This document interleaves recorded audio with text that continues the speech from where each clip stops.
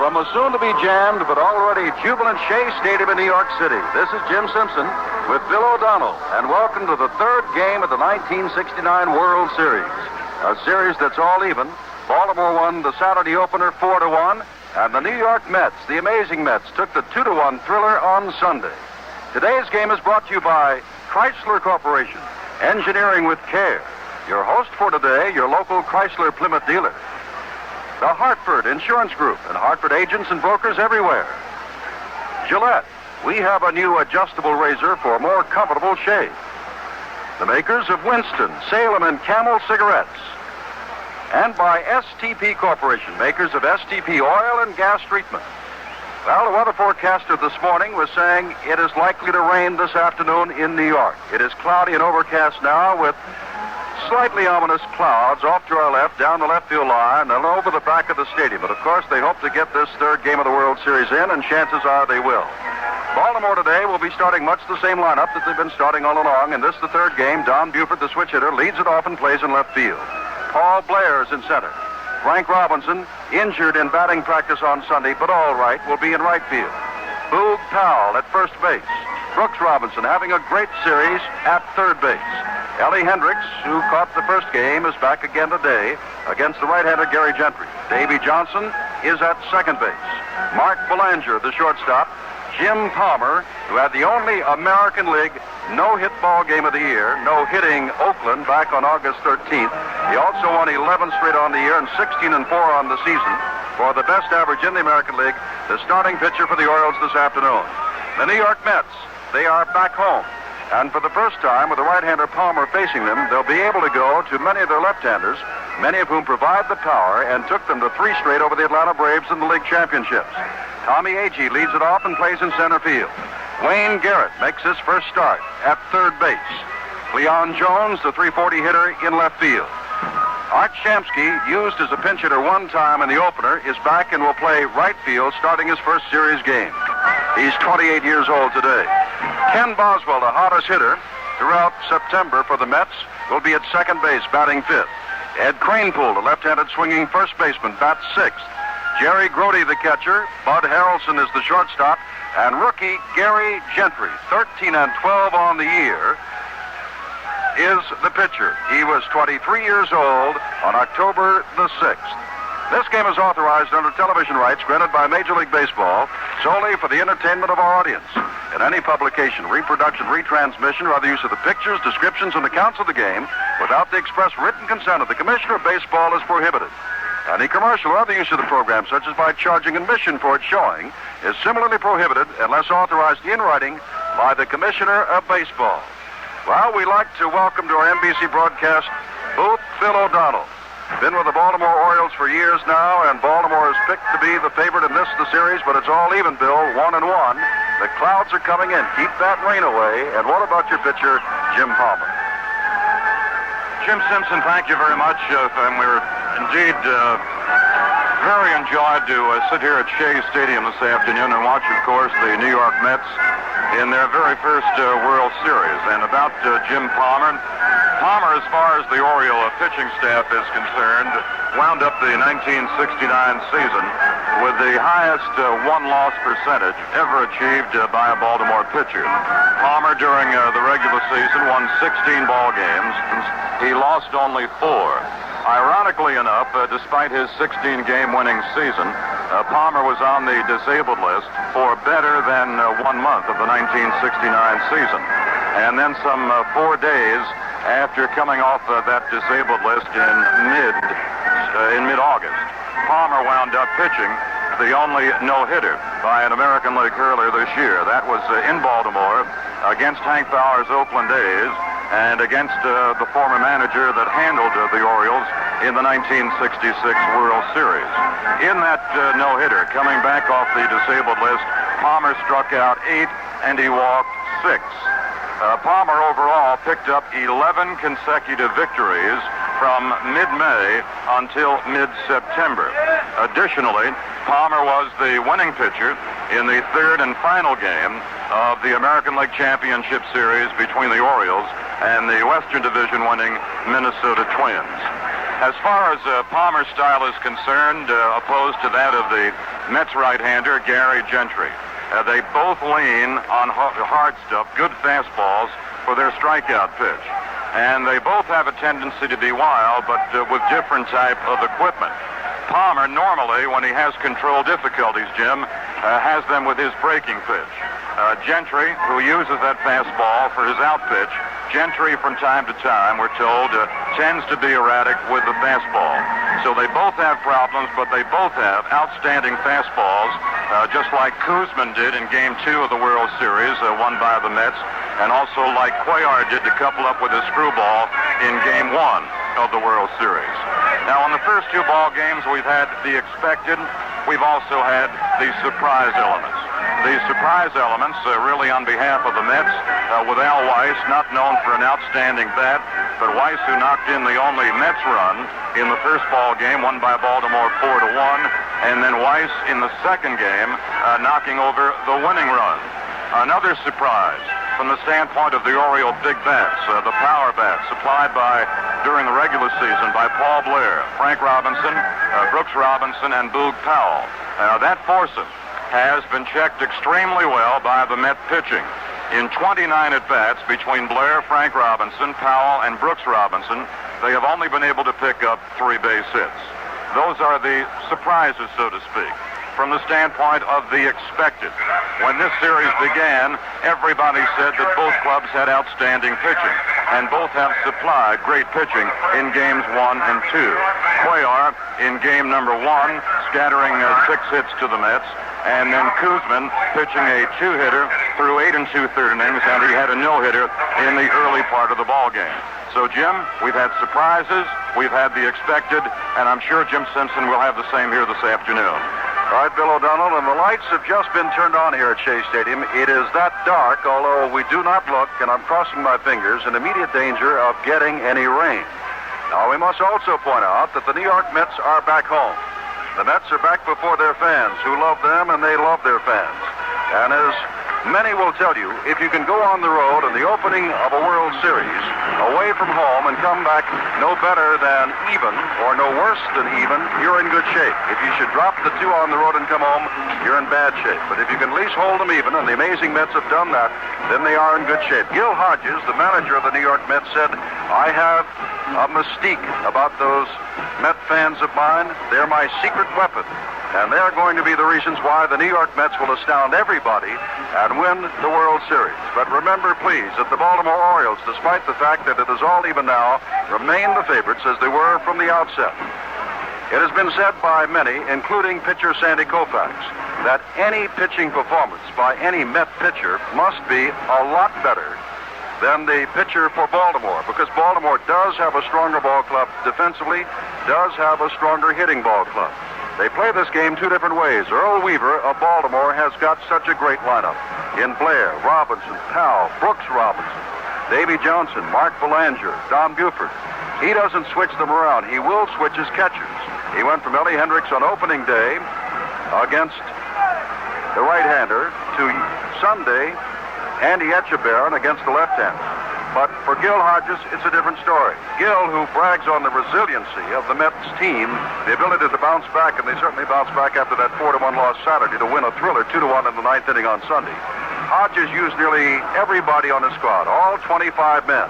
And so today we have 4 men in their first series games as starters, in that the first 2 pitchers of Baltimore were left-handers in Cuellar and McNally. So today, Wayne Red Garrett at third base, Art Shamsky out in right field, Ken Boswell at second base, and Ed Kranepool, the first baseman, all making their first starts. But, Bill, it's worked out for Gil Hodges.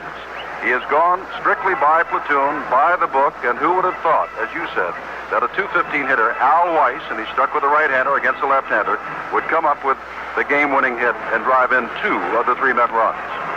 Jim, since you bring up Gil Hodges, there is actually an opposite feeling the way Hodges runs his ball club, and he's run it successfully, and the way Weaver runs his ball club. Hodges is the kind of quiet, controlled type of manager. He sits back, lets the ball game, in a sense, run itself until such time, of course, as he has to use his managerial genius. He's not a strong and a real vibrant man. He's got a quiet type of gentleness to him. As far as Earl Weaver is concerned, he spent all his years down in the minors. He scrapped for a series like this. Was never a major league ball player. Was never a major league manager for a full season until actually April of this year. He did handle the club over the last half of last season. He is a scrapper. He's very colorful, and constantly he tries to arouse his club in the dugout and always keep them alive. And that, what you hear in the background, boos are greeting Earl Weaver, who has a smile on his face as he has been introduced to the Met fans. Let's set the scene here at Shea Stadium, which has been the scene this year of many fabulous victories. It is 341 down each foul line, 358 to 371 to 396 in the power alleys, and 410 feet straight away. Baltimore and the New York Mets are all even at a game apiece. The umpires today, Larry Knapp will be behind home plate. From the American League, Shag Crawford of the National League will be at first base. Lou DeMuro of the American League at second base. Lee Wire has moved in from the outfield where he's been for the first two games, will be at third base, a National League umpire. Hank Soar, who called balls and strikes on the opener on Saturday, is along the left field line. And Frank Sikoria of the National League, who called balls and strikes on Sunday, will be along the right field line. A color guard is now at midfield, just behind the diamond, with the band out in center field, and the Orioles, of course, in their traveling uniforms, just now being introduced. And once more, we'll run down that starting lineup for you. Leading off and playing left field, Don Buford. Batting second, in center, Paul Blair. Batting third, in right, Frank Robinson. Batting cleanup, Boo Powell at first base. Batting fifth, Brooks Robinson, third base. Batting sixth, the catcher, Ellie Hendricks. Batting seventh, the second baseman, Dave Johnson. Batting eighth, Mark Belanger, just now introduced, playing shortstop. And batting ninth, and Bill O'Donnell gave you a good rundown on him, Jim Palmer. A fine young pitcher who will be 24 years old tomorrow, and I'm sure that you'll recall that just before his 20th birthday, or 21st birthday, rather, back in 1966, Palmer pitched a 1-0 shutout over the Dodgers when the Orioles swept the Dodgers in that series. For the New York Mets, Tommy Agee leads it off and plays in center field. Wayne Garrett is at third base, batting second. Cleon Jones is out in left field, batting third. Art Shamsky will bat cleanup and play right field. Ken Boswell at second base, batting fifth. Ed Kranepool at first base. Jerry Grody is the catcher. Bud Harrelson is the shortstop, and Gary Gentry is the pitcher. Gentry, as Bill said, does have problems with control. He struck out 154, but walked more than half that many. He walked 81. Now, a word here when we said that the New York Mets have come home, and in just a moment they're about to introduce the Mets, and you will hear what kind of fans they have here at Shea Stadium. Until the end of July, and here comes the roar for the Mets.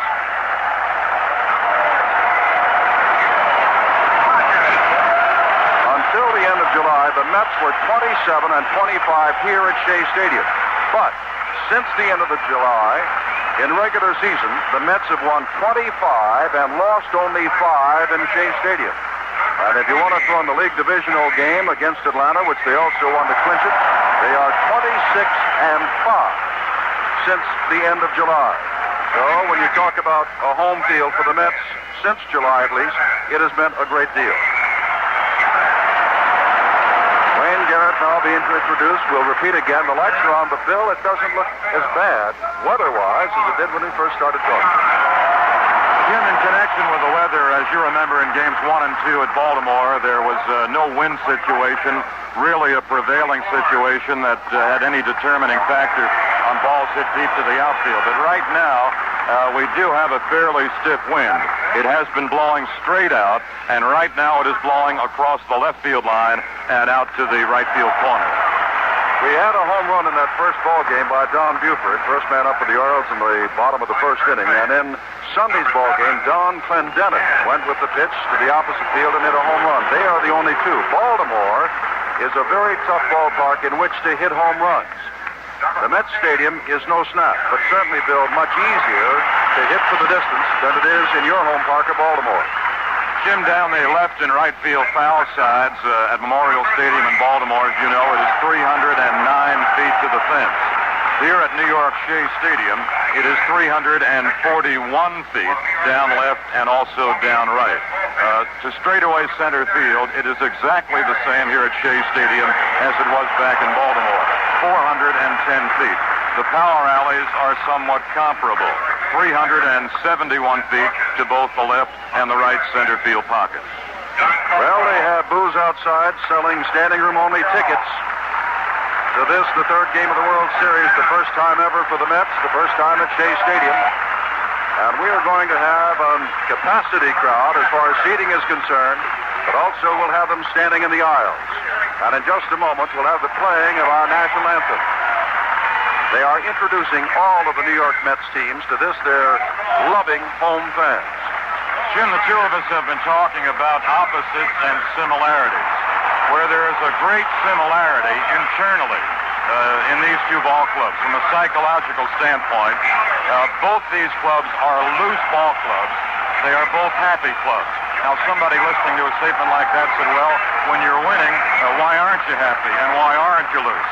But both these clubs all season long, I'm sure, especially the Mets in August and September, had a lot of fun. And that's the way you play the game. The more fun you have, obviously, the more you enjoy the season. And both have had a lot of fun off the field as well as on the field. Now, Steve Lawrence will sing and lead the crowd in singing with our national anthem.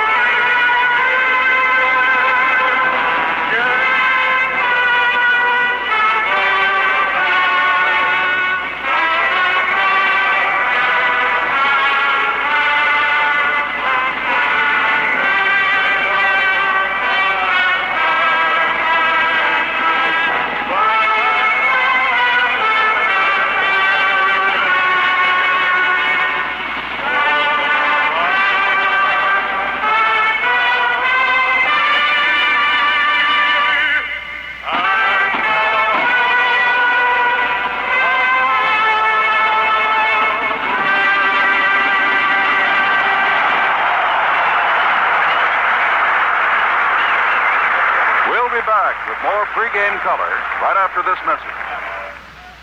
Let's do Yankee Doodle. Yankee Doodle. 1, 2.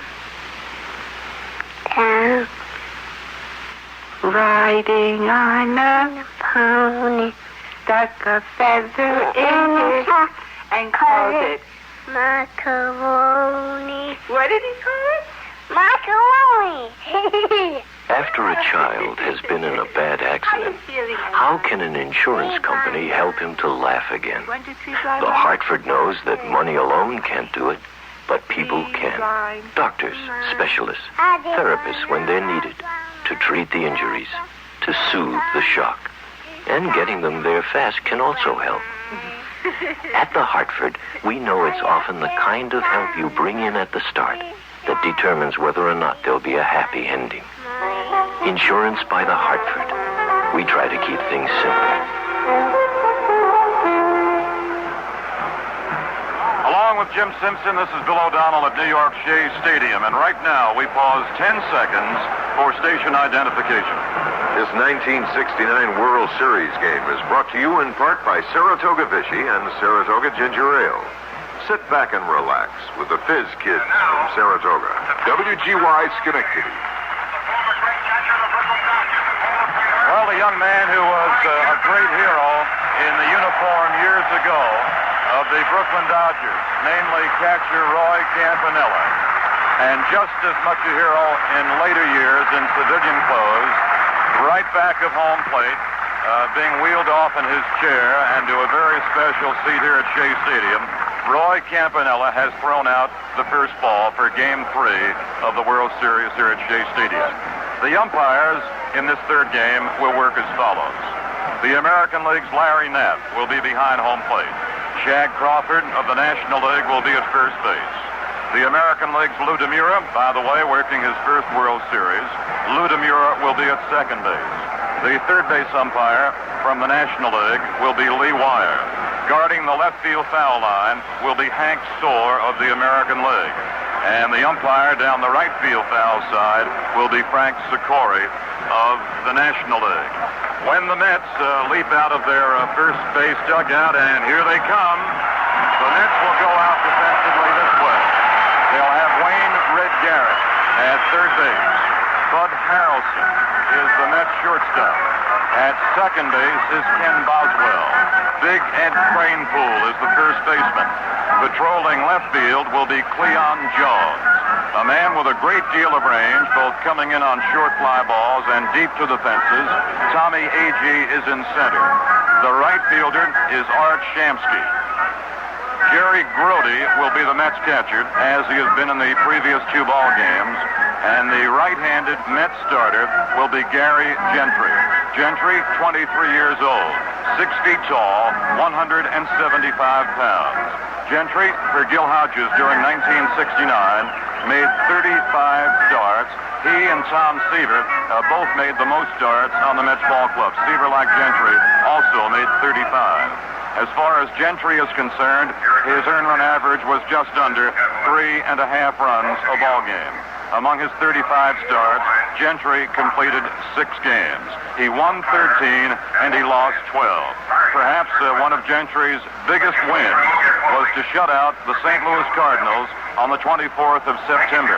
And that ball game was held here at New York Shea Stadium when he pitched a 4-hitter, when he beat the Cardinals and also gave the Mets the Eastern Division title in the National League.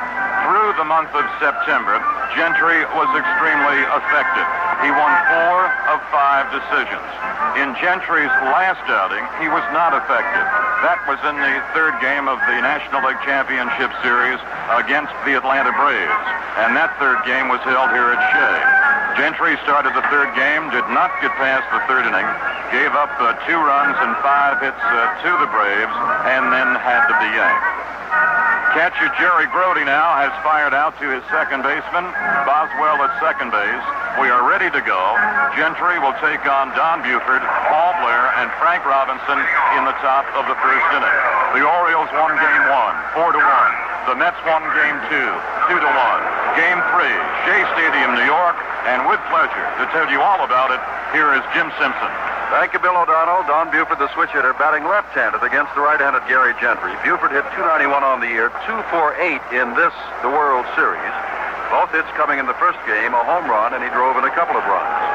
Hit a vicious line drive in the third inning of Sunday's game, and Harrelson robbed him. Gentry's ready. Fastball is high. Ball 1 to Buford. Blair is on deck. The lights are on. The temperature in the mid-70s here at Shea Stadium in New York. An overcast day. Rain 60% chance forecast this morning, but I understand that percentage has gone down a bit. Gentry again ready for a second pitch. It was hot again. Buford fouls it at the plate. It's 1-1. And by the way, for all of our armed forces overseas, Bill O'Donnell and I welcome you to our broadcasts of the World Series and wish you good luck wherever you are. Gentry throwing the rubber now and staring into Grody. Wayne Garrett in on the grass at third base. Buford does have a lot of speed. A slow breaking pitch, the first one he's thrown. And Buford swung and missed for strike 2. 1-2 to Buford. Jim Gentry used the same kind of pitch against Buford that Kuzman used so often in that second game, that off-speed breaking pitch which made the fastball that much more effective. And he struck him out on it in the first inning of that second game. Comes back with another breaking pitch and strikes him out.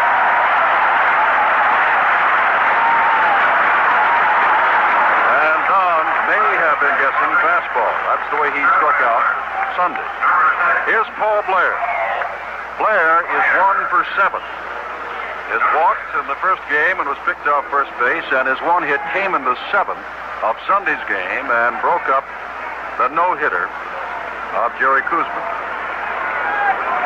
Blair, right-handed batter, hit 26 home runs, drove in 76 during the regular season. Gentry throws, breaking pitch off the cutter, and it's ball one. Aside from our armed services throughout the world, we're being heard in such places as Colombia, Puerto Rico, Venezuela, Panama, Nicaragua, Dominican Republic, Guatemala, Costa Rica, Curacao, Aruba, Bermuda, Mexico. We say hello to all of you. Off the corner with the fastball. It's 2-0 now to Paul Blair. With the hitless for the series, Frank Robinson kneeling on deck.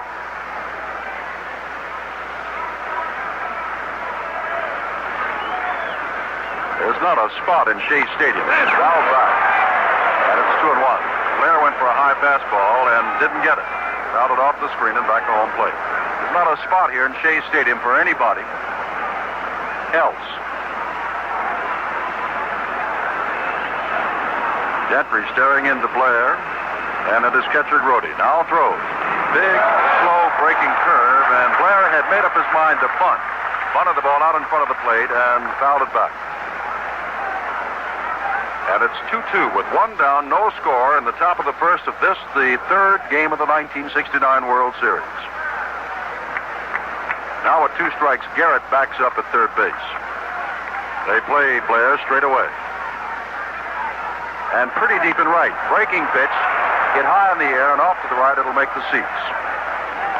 Now stays at 2-2.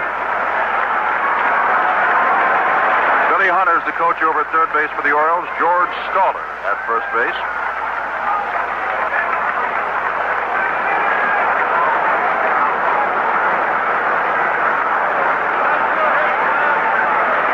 Gentry shakes off a sign, now goes into the windup. 2-2 pitch, another breaking pitch, and way out in front of it, and fouls it down the third base line and off the box seats.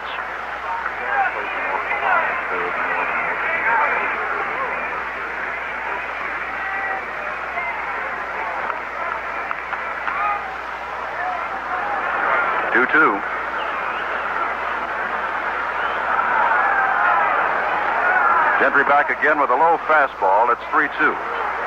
Shamsky in right field, as we said, deeper than what most American League teams will play him, and Garrett is farther off the line.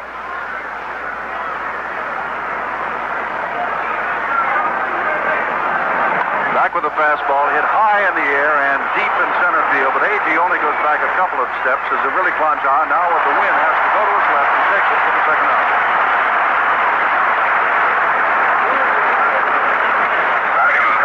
And this brings up Frank Robinson, 0 for 7 for the series.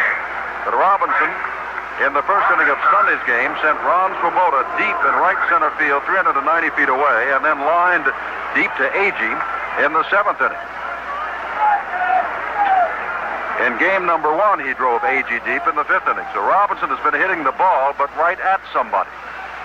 2 down now in the top of the first, and Gentry ready to throw to the right-handed Frank Robinson. Fastball, and he's floated him right by him, strike one.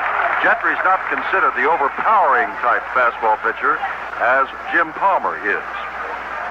Will mix his pitches a little bit more. But when right, and when he has his control, as his 13 wins in his rookie year test, he's good. Back with another fastball, but it's low, and it's 1-1. The Met fans thought it was at the knees. Rain pulled at first, Boswell at second, Harrelson at short, Garrett at third, Jones in left, A.G. in center, Shamsky in right, Grody behind the plate, and Gentry ready to throw on 1-1. Back with a breaking pitch, it's low and away in the dirt, and it's 2-1. Gary, when he has missed today, has missed low. The ball hasn't been riding up on him, as many fastball pitchers will find it does when they lose their control. Back with the 2-1 pitch, and here's another curveball that breaks down in the dirt and bounces past Grody. And it's 3-1. Well, he struck out Buford on a slow curve, worked Blair to 3-2 before he flied to A.G. in rather deep center field, and now he has Frank Robinson at 3-1. And let's see on 3-1 with the dangerous Frank Robinson. Does he go to his fastball or does he go to that breaking pitch? Comes in with the fastball and he swings and misses. Strike 2, 3-2. So Gentry not afraid to challenge the dangerous Frank Robinson with his fastball. 2 out on the top of the first. There's no score. Gentry throwing on 3-2, inside and high, but Robinson went for it and fouled it back. And that was probably a little bit more inside and a little bit higher than what Gentry would like to have thrown to Frank Robinson. Frank took batting practice yesterday, did not run. Matter of fact, his doctor didn't even want him to take batting practice because of that severe bruise on his instep. Gentry ready again. And throws fastball low, and there's the first base run of the ball game as Robinson reaches for the walk. Back in the forward position. First baseman. And that brings up the dangerous Boog Powell. Powell hit .304 on the season with 37 home runs and 121 RBIs. He's 1 for 7 here. And that was a single on a 2-2 pitch in the first inning of the first game.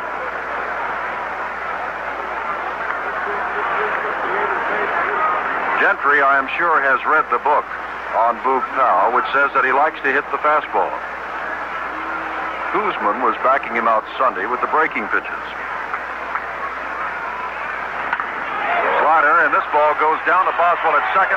He will not go to second, goes on to first for the third out. No runs, no hits, no errors, and one left in the middle of the first. Baltimore nothing with New York coming to bat.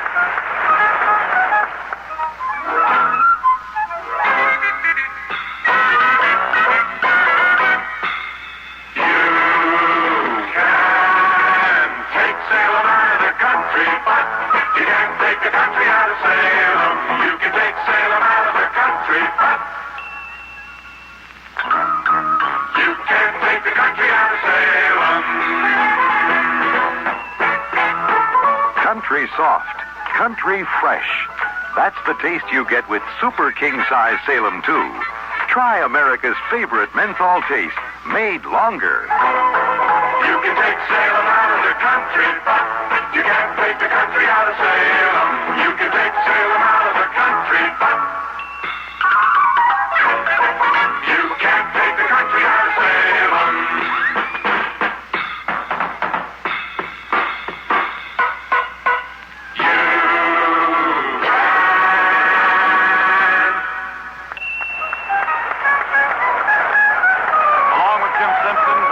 Back with you again at New York Shea Stadium. We're in the middle of the first inning, no score. Gentry faced 4 Oriole batters, retired 3 of the 4, and only walked Frank Robinson. Defensively, the Orioles will set up behind Palmer with Boog Powell at first base, Dave Johnson at second, Mark Belanger at short, like Harrelson, the glue to the infield. Harrelson was the glue all season long to the Mets infield, and Belanger held that distinction for the Orioles. At third base, they call him the vacuum cleaner with a glove, Brooks Robinson, who made some outstanding plays in both games 1 and 2 back in Baltimore. In left field, it will be Don Buford. In center field, who many consider the very best fielding center fielder in the American League, namely Paul Blair, and the right fielder, Frank Robinson. The Oriole catching will be done by Elrod Hendricks, who brought the opening game of the World Series. Palmer's on the mound. He won 16. He lost 4 during the regular season. In the Mets, bottom of the first inning, it will be Agee, Garrett, and Jones. Here's Jim Simpson. All right, Bill, and Tommy Agee steps in looking for his first hit. He is 0 for 8 and takes ball 1 from Jim Palmer. Agee has struck out 4 times. And this is the man that let the Mets offense go. Fastball catches the outside corner from Palmer, and it's 1-1. Palmer, as we told you, won 16 and lost 4. Had 6 shutouts, including a no-hitter, and considering the fact he only started 23 times, that is quite a record. First breaking pitch that he's thrown, slow curve, is outside and away, and it's 2-1 to Agee. Be followed by Garrett and Jones. And now the Mets come to bat for the first time in the World Series before their home fans. Fastball, deep center field. Paul Blair going back, looking over his shoulder, looking up. Ball.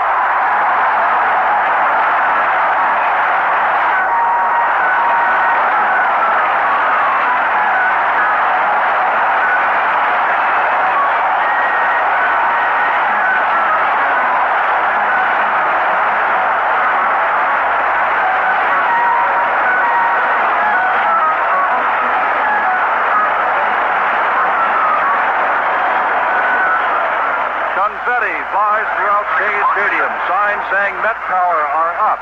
as Agee met the challenge of Jim Palmer's fastball and drilled it over the center field wall 410 feet away. Wayne Garrett takes inside from Palmer.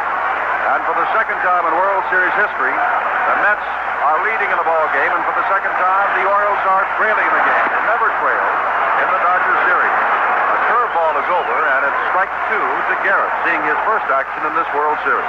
Jim, we've had a pattern in the first game at Shea as we have the pattern in the first game at Baltimore. The leadoff batter for the home club with a home run. Foul down the left field line. May make the seats. Brooks Robinson goes down to see and sees it drop in the temporary box seats along the left field line. Still 2 strikes to Rain Red Garrett, who had a home run in the championship series against Atlanta. After the Mets had fallen behind, Garrett put them out in front. Fine third baseman. 1-0, New York. Fastball from Palmer, and he's called out of there. Garrett is caught looking.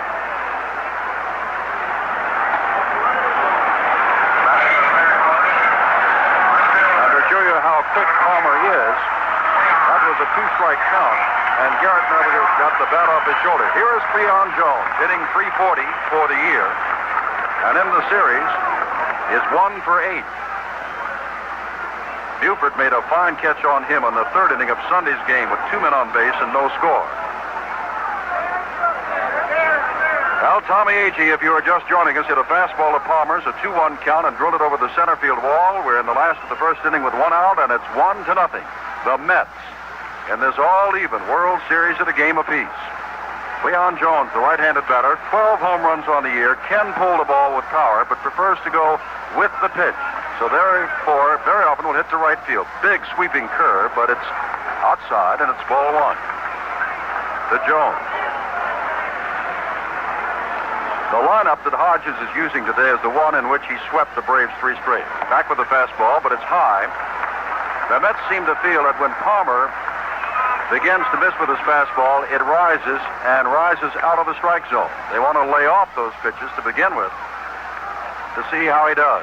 Agee challenged him, of course. There's a good fastball on the outside corner. Strike, and it's 2-1. Agee challenged that fastball and really put it out of here. Blair started, ran maybe 20 steps, and just stopped and watched it disappear. Skies have lightened up. The lights are on. Fastball, deep right center field. Blair is over. Robinson is there. Robinson takes it at the edge of the warning track, about 385 feet away. 2 down. Jim, when both Blair and Frank Robinson went to that right center field warning track, Frank Robinson raised up the right hand. In this big ballpark, and it always has a lot of noise, sometimes it is very difficult for one outfielder to hear the other one call him off. So Robinson did the right thing. He raised up the hand, and he called Blair off with a hand rather than with his voice. Here's Art Shamsky, left-hander, taking a curve in the dirt for ball 1. Shamsky has seen action before in the 9th inning.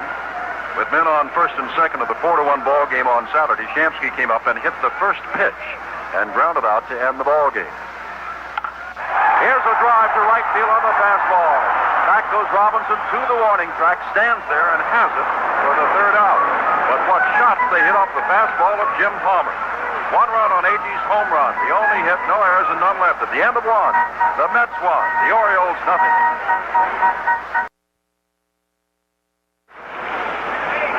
We're going now to the top of the second inning, and the Mets have poured ahead of the Orioles in Game 3 of the World Series by a score of 1-0 on the leadoff bottom of the first inning home run directly over the center field fence by Tommy Agee.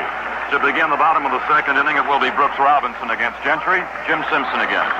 Brooks Robinson, 1 for 8, a single drove in a run.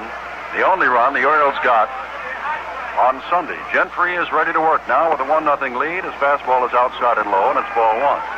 Robinson, 1 for 8, and of course has gobbled up everything at third base. And on the opening game day, he hit 2 line shots, both of them caught. Fouls this one at the plate, and it's 1-1. So Brooks has been making contact, and of course he had a fabulous league championship series over the Minnesota Twins.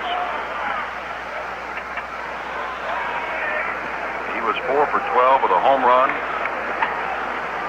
Check that. He was 7 for 14 against Atlanta. Fastball misses outside from Gentry, and it's 2-1. Robinson to be followed by Ellie Hendricks, making his second series appearance. The Orioles now playing catch-up baseball. Gentry back with a breaking pitch. On 2 hops to Harrelson at shortstop, fires on to first, and has Brooks by half a dozen feet. That'll bring up Ellie Hendricks. Hit .244 this year, 1 for 3, and scored a run in the only game he played in the World Series on Saturday. Left-handed batter, and has a lot of power. Hendricks, on the basis of having led the Mexican League with 41 home runs a couple of years ago, was picked up by the Orioles. He was with them last year, and this is his second year in the big leagues. Gary Gentry ready to throw. Big curve that just simply does not come in over the plate, stays outside and high, and it's ball 1.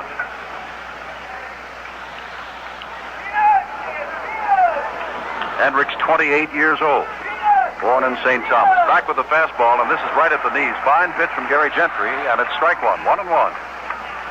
Robinson grounded to short. That's the first out in the second inning of this ball game, in which the Mets lead 1-0. Gentry back and throws the curve again, and Hendricks hits it, pops it up to the left side of the infield. Garrett says he's got it. Comes in near Gentry at the mound and takes 2 down in the second. The Orioles have had a base runner. Frank Robinson drew a walk on a 3-2 count back in the first inning. Davey Johnson, who has walked twice in the series but hasn't had a hit, 0 for 4, 280 during the regular season. The right-handed hitting second baseman of Baltimore. 7 home runs, 57 RBIs during the year. Gentry throws a fastball, but it's outside, ball 1. Wind now is blowing in from center field. It was blowing out, yet when you look at the top of the stands, it looks like it's blowing out. Fastball, swing and a miss. Shea Stadium is open from just over the left field line and just over the right field line, all the way around with one huge scoreboard blocking off some of the wind in right field. The 1-1 pitch, fastball in on him, and he swings and misses. Strike 2. Gentry showing a pretty good fastball, Bill O'Donnell. Jim, his pattern has been fastball in and breaking stuff to the corners and outside. That's the pattern he's setting early in the ball game. 1-2. There's a breaking pitch, but it's outside. Hops away from Brody, and it's 2-2. Waiting on deck is Mark Belanger, the slick fielding shortstop of the Birds.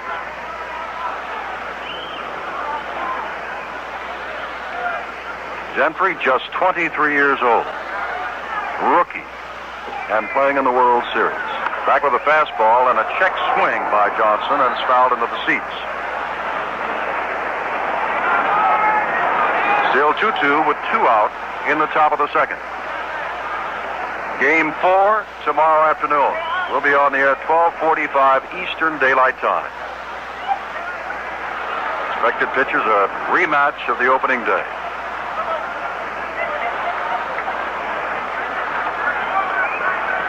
Gentry ready on 1-2, and this ball is pulled foul and deep down the line and makes it into the upper deck.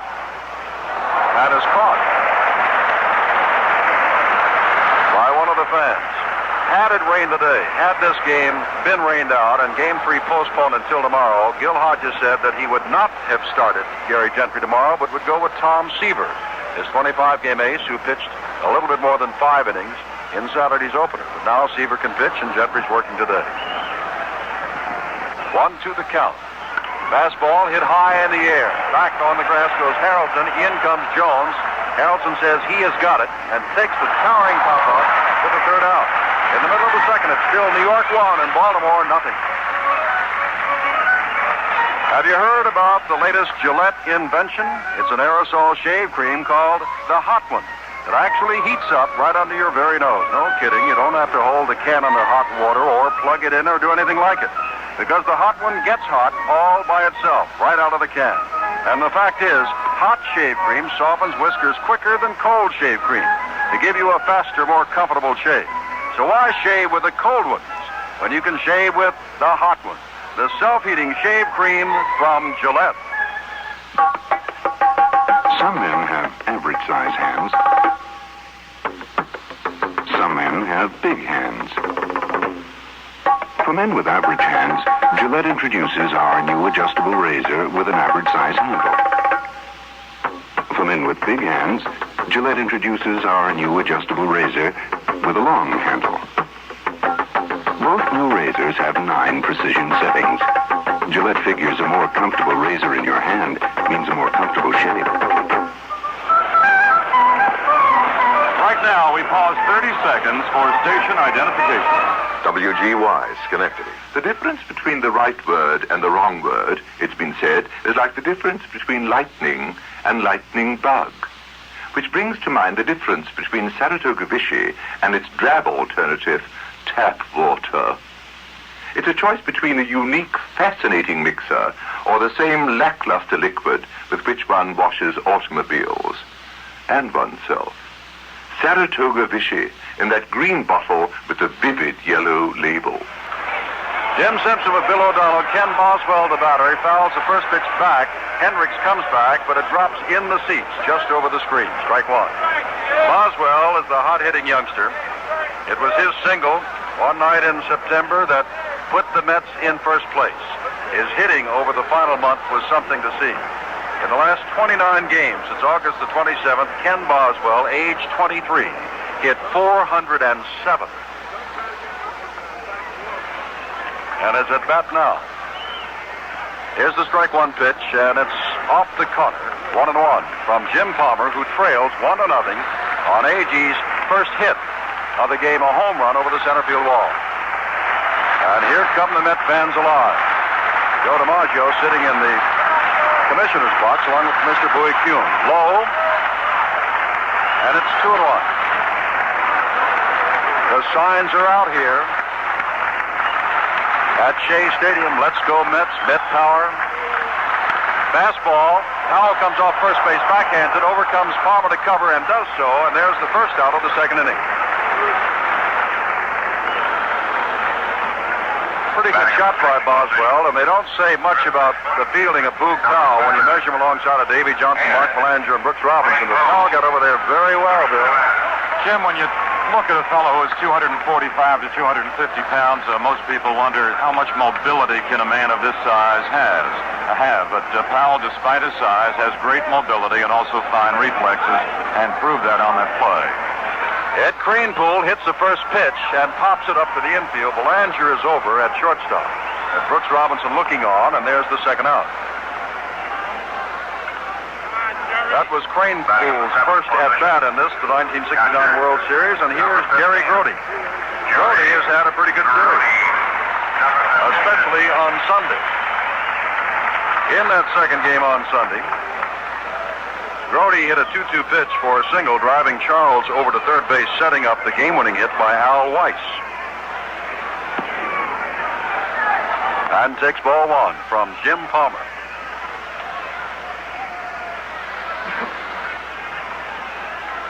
Grody was 1 for 4 in the first game. Breaking pitch, curveball, outside and low. And it's 2-0 to Grody. 2 down. We're in the last of the second. The Mets lead it 1-0. On AG's home run in the first. Palmer ready and throws a fastball. It gets right past the glove, nipping it from Hendricks and back to the screen. And quickly, it is 3-0 to Grody, with Bud Harrelson, a .248 but highly dangerous hitter, on deck. Harrelson is the man who Phil Niekro of the Braves said just couldn't solve. Strike right down the middle. Harrelson is not one who swings for power, but tries to meet the ball and punch it to all fields. Palmer staring in on a 3-1 pitch to Jerry Grody. Fastball high and away at ball 4, and Palmer's now given up his first walk.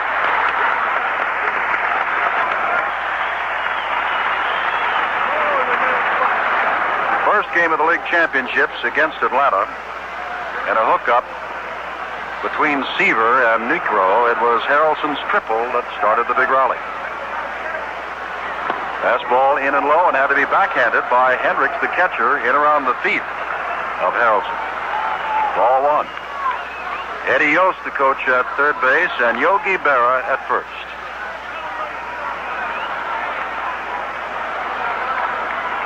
Palmer with the stretch, looking over to Grody and throwing the fastball line right through the middle. And Harrelson comes up with a base hit. Grody stops at second. And with 2 down, that brings up the pitcher, Gary Gentry.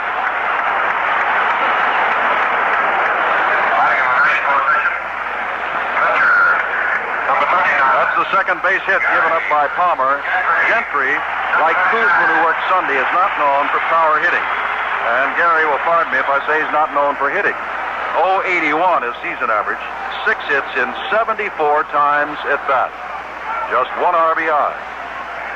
Jim, before Harrelson just picked up that base hit, Earl Weaver, the Oriole manager out of the third base dugout, came to the top step and barked some instructions out to Palmer. My guess would be that he said to Palmer, just throw strikes. You're throwing against the bottom end of the order. Gentry bats as he throws right-handed, hits the ball out to right center field. Paul Blair's coming over, looking over his head. It's over his head. 2 runs to score. Gentry's on the way around second base. Here comes the relay in, and they're going to hold him at second. And Powell is there. They almost threw behind him. It's 3-0, New York.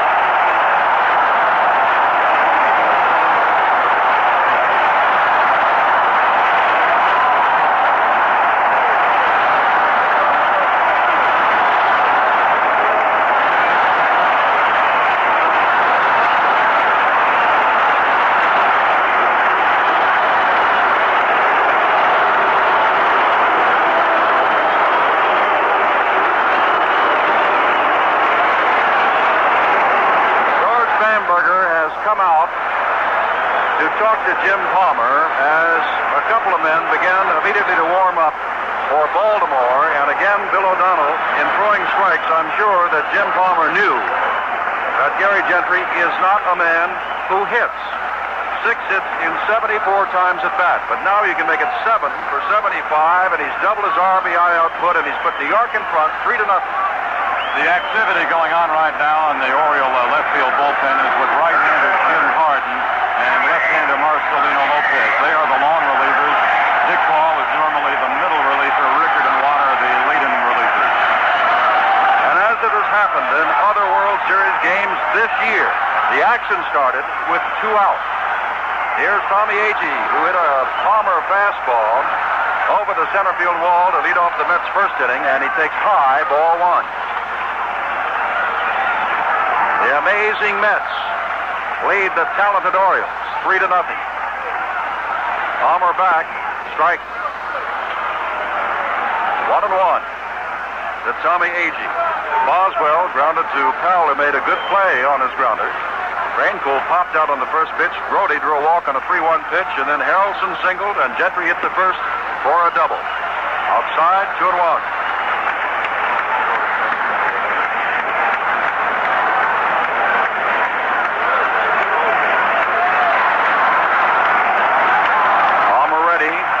Bullpen keeps active. Agee fouls one back toward us. And I'm sure that if you're looking back over the 69 series thus far, 4-1, Baltimore in the first game, 2-1, New York in the second game, total of 3 runs for the Mets. They've got that already, and this is the third game, and the second inning isn't over. Gentry's out at second base. Curveball in the dirt. And it's 3-2 to Tommy Agee. And Palmer wants a new baseball. On deck is Wayne Garrett. Well, that's what happens when you get a book on players when you prep for a league championship or a World Series. The scouts tell you, and they're right, this man doesn't hit. You can get him. But Gentry teed off on a Palmer fastball and doubled in 2 runs. Big curve, ground ball to Brooks Robinson at third, who fires on to first and has the speedy Agee for the third out. A 2-run score on 2 hits, no errors and 1 left. At the end of 2, the Mets 3, the Orioles nothing. Second floor refrigerators, formerly $195, now $215, going up. If you had a fire in your home today and had to replace everything, this is what you'd find when you went shopping. Third floor, living room sofas, formerly $210, now $225, going up. Basic things have gone up 5, 10, 20%. Then there's the cost of your house itself. This is why the Hartford invented Inflation Guard, the first homeowner's insurance policy that protects you against inflation automatically. To keep up with rising replacement costs, the Hartford boosts the value of your policy every 3 months. 6th floor, run. New Inflation Guard. The way prices are always going up, can you afford to be without it? Insurance by the Hartford. We try to keep things simple. Bill O'Donnell and Jim Simpson awaiting for the top of the third here at Shea Stadium, and the Mets lead in the third game of the 1969 World Series by a score of 3-0. The top and the bottom of the Mets order have supplied the power. A.G. with his leadoff bottom of the first inning home run, and then Gentry with a 2-run double to give the Mets that 3-run lead after 2 innings of play. We go to the top of the third now, and here's Jim. All right, Bill, in the third, Mark Belanger, and then Jim Palmer, the pitcher who's down 3-0, the listed hitter, and then back to the top of the batting order. Palmer has come out on deck. Marcelino Lopez was throwing as Gentry was warming up, but Lopez has taken a seat. Belanger, 1 for 6 on the series, has an RBI, hit .287 during the year. Right-handed batter, takes a fastball, grounds it to Harrelson at shortstop, who scoops it up, fires on, and just does get him. Rainbow making a nice stretch at first base. And Jim Palmer is coming up, staring down at Billy Hunter, the third base coach. Palmer with 6 shutouts, including a no-hitter, 11 straight wins before losing to Washington by the score of just 3-2. And allowed no more than 4 runs in any of the ball games in which he played. He has already given up 3 here. Gentry ready to pitch to him. Fastball just off the outside corner, ball 1. The Mets, 3 runs, 3 hits, no errors. The Orioles, no runs, no hits, and no errors. The lights have been on since before we came on the air. Cloudy in New York, chance of rain. Fastball fouled off to the right and into the seats, and it's 1-1.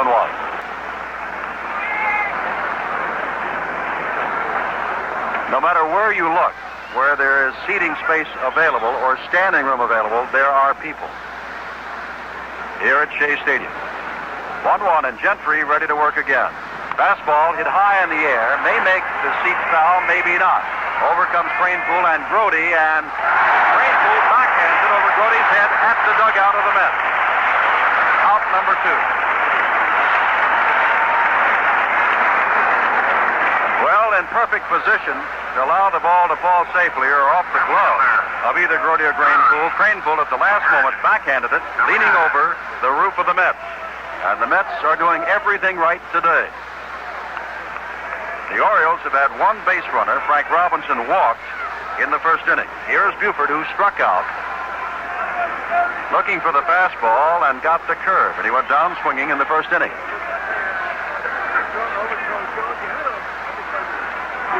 Curveball inside, ball 1. A.G. for Buford, who's batting left-handed, the switch hitter, has pulled around slightly in right center field. Gentry throws hard this time, misses low and away, and it's 2-0 to Buford. Garrett right at the edge of the grass at third base, in deference to Buford's fine speed. 2-0 pitch, fastball, and Buford taking all the way, takes a strike at the knees.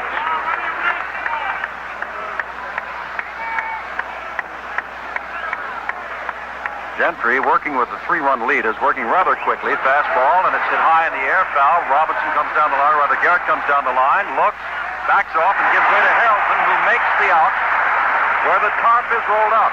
So Gentry has another perfect inning. No runs, hits, errors, or anybody left in the middle of the third. Oh, Helen, I dropped my... Whatever's the matter? Oh, nobody appreciates me around here. I'm just a taxi driver. Drive the kids to school, drive to the supermarket, drive Tom to the station. And now Tom blames me because the car needs fixing. We taxi drivers have a bad life. But you know, Helen, my life's easier since I started using the anti-pollution team. What in the world is that? The anti-pollution team? Why, that's Phillips 66 gasolines and Trop Arctic motor oils. You see, the more you drive, the harder your engine works. And the harder it works, the dirtier it can get, and the worse it runs. The anti-pollution team fights that dirt. And by fighting pollution in your engine, it helps keep pollution out of the air. So you get a better running engine, and we all get cleaner air. Tom's going to hear about this. The anti-pollution team, only from Phillips 66. Take it from me, there isn't a better team in the country than Phillips 66 Premium Flight Fuel and famous Trop Arctic Motor Oil. At Phillips 66, it's performance that counts. It'll be Garrett, Jones, and Shamsky in the last of the third for the Mets, who lead 3-0 in this, the third game of the World Series. And the Met fans, as Garrett walked out, began their chant, "Let's go Mets." They've got them 3-0. They want more. Palmer, the pitcher, has given up 3 runs, 3 hits, struck out 1, and walked 1. And as so often happens, and as so many baseball announcers say, the man that he walked was a man who later scored, Gary Gentry. Back with the fastball, inside and low, and it's 2-0 to Garrett. Garrett struck out looking at a fastball in the first inning. Had a count of 0-2 on him, and he was guessing and guessed wrong. Palmer simply threw it past him. There's another fastball, missing, and it's 3-0. Jim Palmer rarely has control difficulty with his fastball. When he does have it, he's wild high. He's having wild low problems with his fastball right now.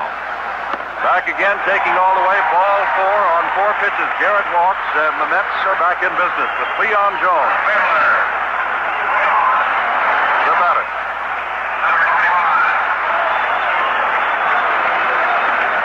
That Met bullpen, which Bill O'Donnell is checking out for you, is up and busy again. And George Bamberger is out again to talk to Palmer. The same 2 fellows are up again, Jim. The left-hander, Marcelino Lopez, and the right-hander is Jim Harden. Harden, off and on this season, has been both a starter and also an early inning reliever. Larry Knapp of the American League walks out a few steps along the first baseline and yells out to the mound, and George Bamberger, the coach, claps his hands, walks off. Hendricks, the catcher, comes back. Palmer has Garrett at first, none out. In the last of the third, trailing 3-0, and Cleon Jones, the batter. In 6 previous World Series games, the Oriole pitching staff has allowed a total of 5 runs. Palmer's given up 3 today. And the 3 runs by the Mets today is the most ever allowed by Baltimore in any series game. Palmer is ready. Big curve, strike 1. Jones took all the way. They're playing Cleon, who hits to all field straight away.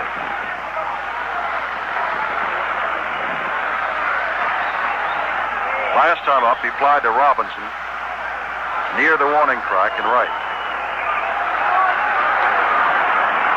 Palmer back with the fastball. This time he's wild, and tall Ellie Hendricks had to leap his full length to haul it in, prevent the wild pitch. It's 1-1. Mets got 1 in the first on Tommy Agee's home run over the center field fence, and 2 more in the second on Gary Gentry's first pitch double to right center.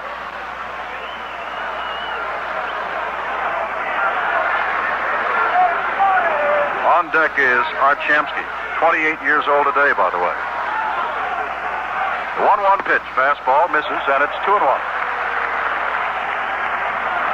Palmer, no matter what happens today, is a courageous young man who did pitch in 1966 and win a shutout victory just before his 21st birthday, only to tear up his shoulder and back and sit out a couple of years as far as the majors is concerned, and he's back in another World Series. Curveball, he's got Jones out in front of it, swinging, and it's 2-2.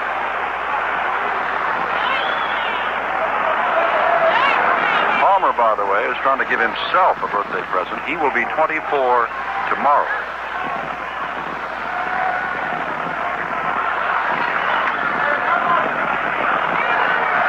Dust swirling around home plate, and Jones stepped out for a moment. Garrett leading off at first base, 2-2 the count. Palmer ready and throws the fastball and has him swinging and missing. Strike 3, and that's the second strikeout for Jim Palmer, and brings up Art Shamsky. Right fielder, Art Shamsky. Shamsky, in the first inning, hit the 0-1 pitch and drove Robinson deep in right field. The ball simply got up too high to get out of here. The straightaway right is about 360 feet.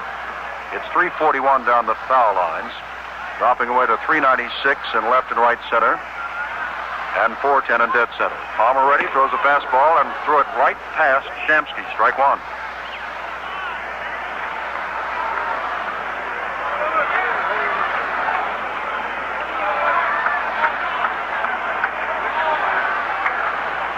count, and Palmer in the stretch with Garrett at first base comes back with a curveball, and this time Shamsky with a smooth swing nevertheless misses, and it's strike two. Hart simply just trying to meet that ball, but the curve of Palmer's was a beauty.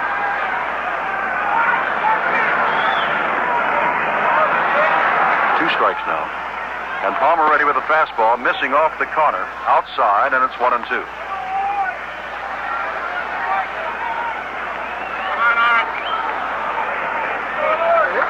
Jack Crawford, who will call balls and strikes tomorrow right behind first base, where Powell is holding on Garrett. And there goes Garrett, curveball. Gloved by Powell, now races to first base and steps on first as going to second. Running on the play, and it's a good thing that Garrett was, or it would have been a double play. But instead, Garrett moves into second. Shamsky is the second out. And for a moment, Boog Powell looked as though he had some indecision of whether to throw to second. Palmer was a little slow in getting off the mound, and so Boog turned around and raced Shamsky to the bag. Here's Ken Boswell. Boswell hit a line shot to the right of Powell to lead off the second, and Boog backhanded it and flipped over to Palmer for the out. Pretty well hit ball. Two out now, Garrett at second in this 3-0 ball game, and last of the third, and the Mets lead it. Curveball misses inside to Boswell. Ball one. Looking around, it is overcast here at Shea Stadium, but not clouds, said he, crossing his fingers, that look like rain. Baltimore's bullpen continues to work. Fastball hit high and deep to right field. Robinson goes back near the warning track, backs up on it, and takes it for the third out. No runs, one hit, no errors, and one left. At the end of three complete, the Mets lead the Orioles 3-0.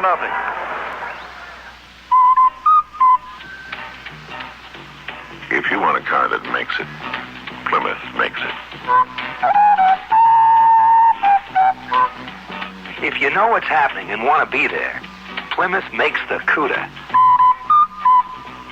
If you swing with a crowd that moves fast and thinks young, Plymouth makes Duster.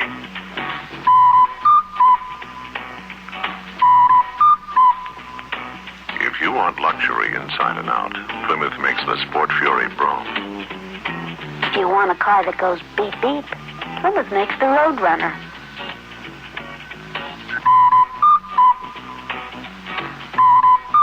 If you dig new sounds, Plymouth makes it. If you like wild new colors and mod tops, Plymouth makes the Mod Top Barracuda. If you want a car that makes it, Plymouth makes it.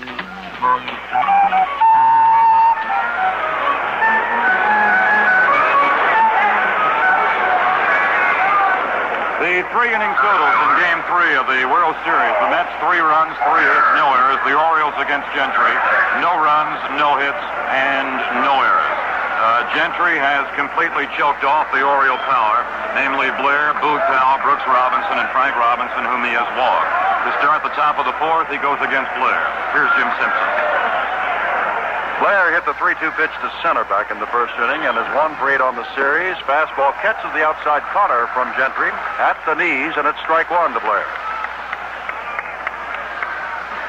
Blair walked in the first game, was picked off at first base, and got the first hit off Jerry Koosman in Sunday's game. Curveball, but it's low, and it's 1-1.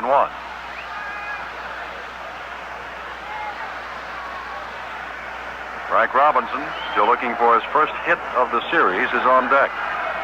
Gentry comes back with another curve that's away from Blair and outside. It's ball 2. 2-1.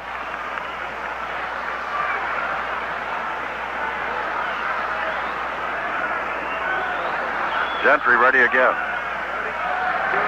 Fastball, and he got out in front of it and lines it foul deep in the seats and left. And it's 2-2. And speaking with Mickey Mantle today, Mickey was recalling the fact that with those great Yankee teams, when the Yankees opened the series on the road for 2, if they could come back to Yankee Stadium, even Steven, the Yanks figured they'd win. The Mets went on the road, came back even Steven, and they feel strike 3 is called. The player on the outside corner, and Paul didn't think so. To complete the thought, the Mets figured if they came back even, they'd sweep it. But the experts say, no, Baltimore is still a favorite. Here is Frank Robinson. That was the second strikeout for Gentry, who has walked one and given up no hits or runs. The one that he walked is Robinson, who walked on the 3-2 pitch in the first inning.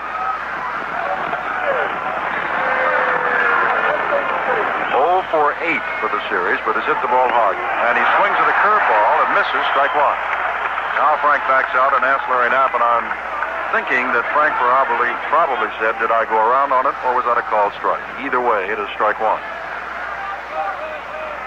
An occasional shower of confetti here in Shea Stadium, and a lot of it when Agee hit a home run. Low and away and in the dirt. From Gentry, it's 1-1.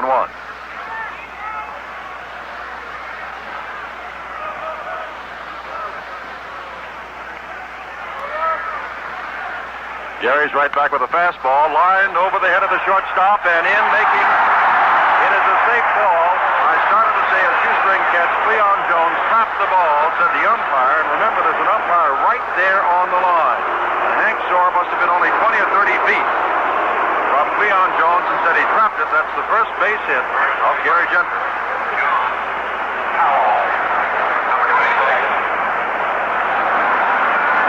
Brings up Boog Powell in this 3-0 ball game. And with a sweep of his big bat, Powell can draw the Orioles very close.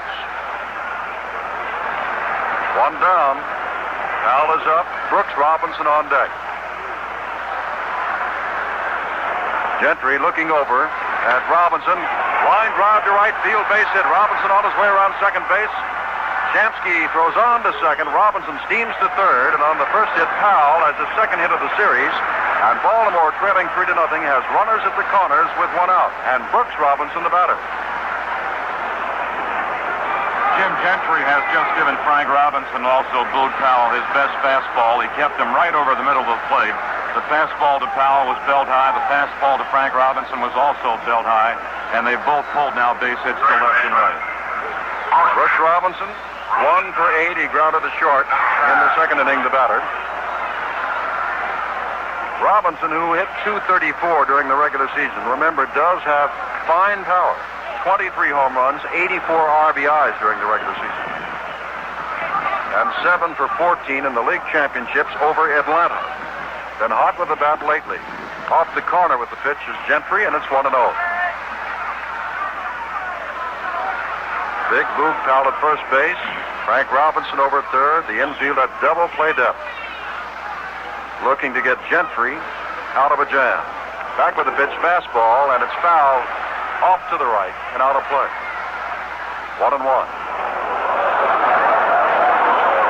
Ralph Kiner, who was with us in Baltimore over the weekend, and I, Bill, tried to figure out another word to say about the fielding of Brooks Robinson.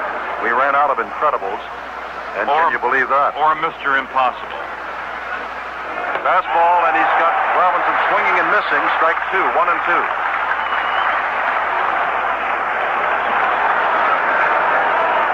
Ellie Hendricks is the next batter in this ever-dangerous Oriole lineup. Gentry's ready. Fastball inside and high, and struck him out.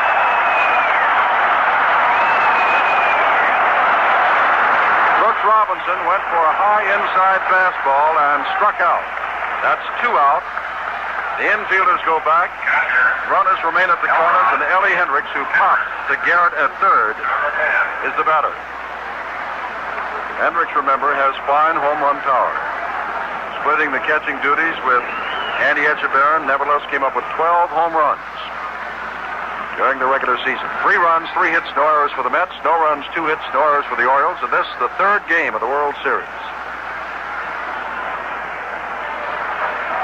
Each team has won 1.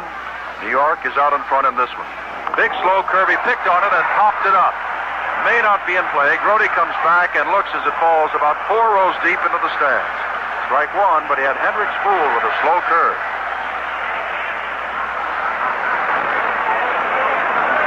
On deck is Davy Johnson. Gentry and the Mets in a jam. Baltimore, a fine ball club, they say, in the American League, probably the best ball club of the last decade in that league, trying to come from behind and miss the third game. And, of course, the Birds have the power to do it. Gentry's ready. Hendricks is waiting. Pitch fastball, swing and a miss, and it's strike two. Well, he started him with a slow curve, had him pop that up foul, came back with the fastball, and Hendricks misses. Strike two. Now Haley is up there guessing along with Brody and Gentry.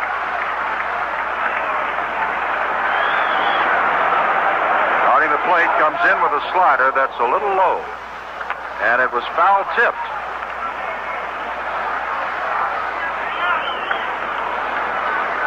Though it is not a ball, it is still strike two. Larry Knapp behind the plate indicated that although Hendricks did not offer the ball, it did tip his bat.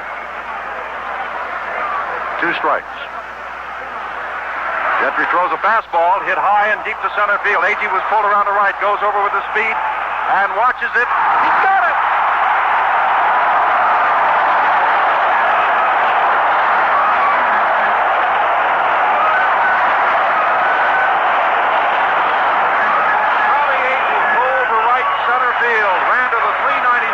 In left center field and pulled in the long drive of Ellie Hendricks. No runs, 2 hits, no errors, 2 left. In the middle of the fourth, New York 3, Baltimore nothing.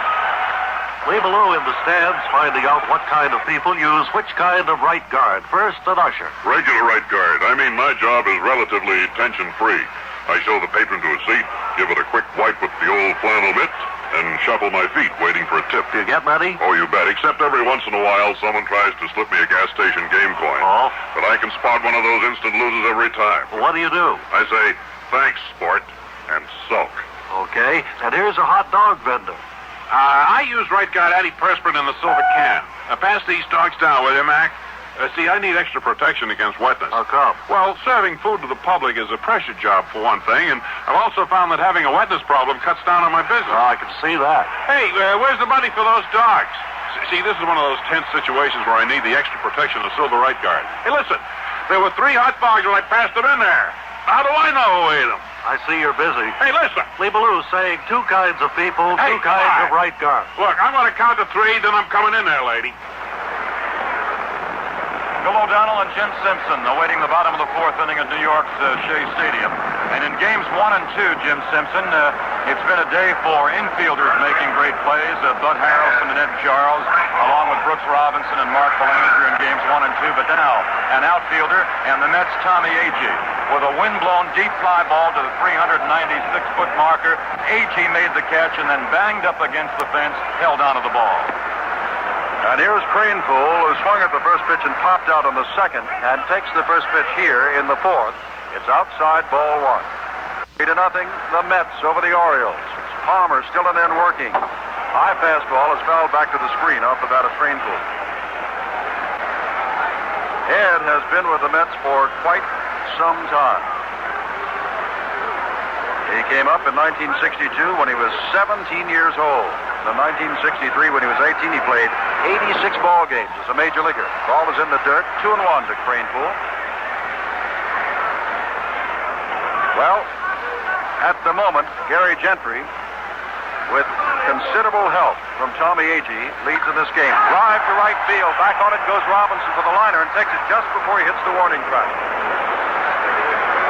And Builder hitting some shots off this Palmer. Jim, so far, of course, we've had the big home run shot by Agee. Cleon Jones sent Frank Robinson to the right center field warning track. Shamsky sent Robinson to the warning track in right field in the first inning. Robinson had to go to the warning track against Boswell in the bottom of the 3rd now. Against Cranepool, he took that sizzling liner right near the warning track. Derek Grody, who walked and scored on Gentry's 2-run double, is up and fouls the first one back to the screen. The runs have been on Agee's home run on a 1-2, or rather 2-1 pitch, a fastball that he lined over the 410-foot mark in center field in the first inning, and then Grody walked. Harrelson followed with a single, and Gentry hit the first pitch for a double to right center to drive in the other 2 runs. Palmer right back. Fastball that misses high and a little bit inside. It's 1-1. 3 runs, 3 hits, no errors for the Mets. No runs, 2 hits, no errors for the Orioles. Jim Palmer, big curveball, but it's high, and it's 2-1. Now at first, Johnson at second, Belanger the shortstop, Robinson at third, Buford at left, Blair in center, Robinson at right, Frank Robinson, that is, Hendricks behind the plate, and Jim Palmer, the starting pitcher throwing, and there's a drive down to Johnson, who scoops it out on the second hop and throws on to Powell for the second out of the Mets' fourth. Bud Harrelson, who singled to center to help ignite the rally that scored 2 runs in the second as the batter, switch hitter. Harrelson was up as a 21-year-old with the Mets when the Mets were slightly younger and even more amazing. Breaking pitch is in the dirt, and it's ball 1. Flag now blowing straight away from left to right field. And I mean really blowing. Fastball is fouled to the screen by Harrelson, and it's 1-1.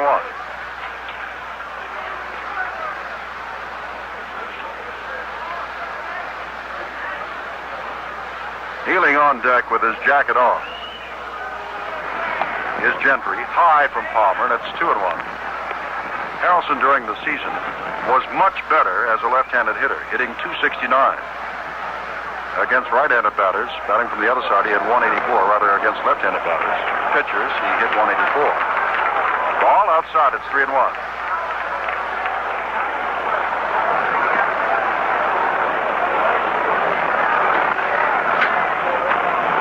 The wind springing up. Dirt swirling about the infield. Fastball right down the middle, and Harrelson was taking all the way. It's 3-2. Thunder showers were predicted yesterday for late today.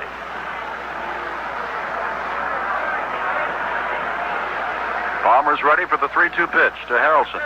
Fouls it back and out of play. Hendricks gives chase, but it's 20 or 30 rows back. And caught by a man in his raincoat. He simply stuffed his raincoat up and wrapped it around the foul ball. Repeat, the Mets, since the end of July, and including the playoff against Atlanta, have won 26 here and lost only 5. Back with the fastball inside and low, and Harrelson draws the third walk given up by Jim Palmer. That'll bring up Gentry.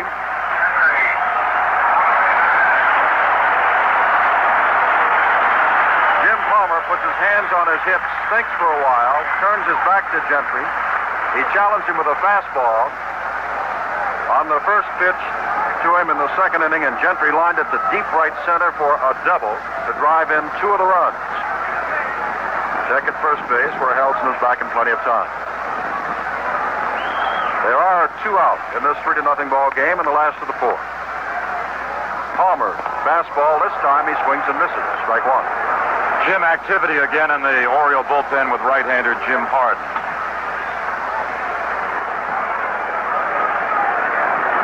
Palmer ready, throws inside, backing him out of there, and it's 1-1.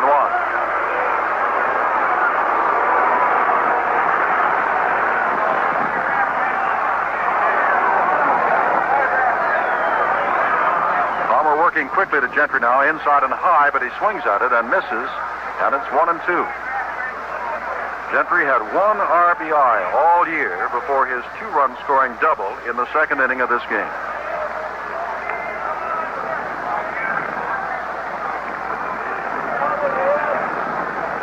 Harrelson not leading off too far. Slow pitch that is fouled back on a half swing by Gentry, and it's still 1-2. Lots of dirt kicking up now around home plate and blowing right under the eyes of Gentry, who turns away.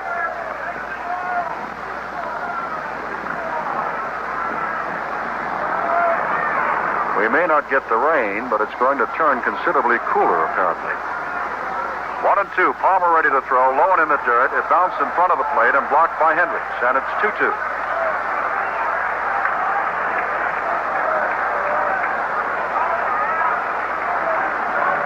Now check again at first base. The ball gets by Powell. He's trying to get down to second, and Harrelson is knocked down. Bear is there. Running down quickly is Larry Knapp pointing. He could not get around Booth now. Interference, and he'll be waved on down to second base. Obstruction on the play. Out comes Earl Weaver, and he's going to talk it over.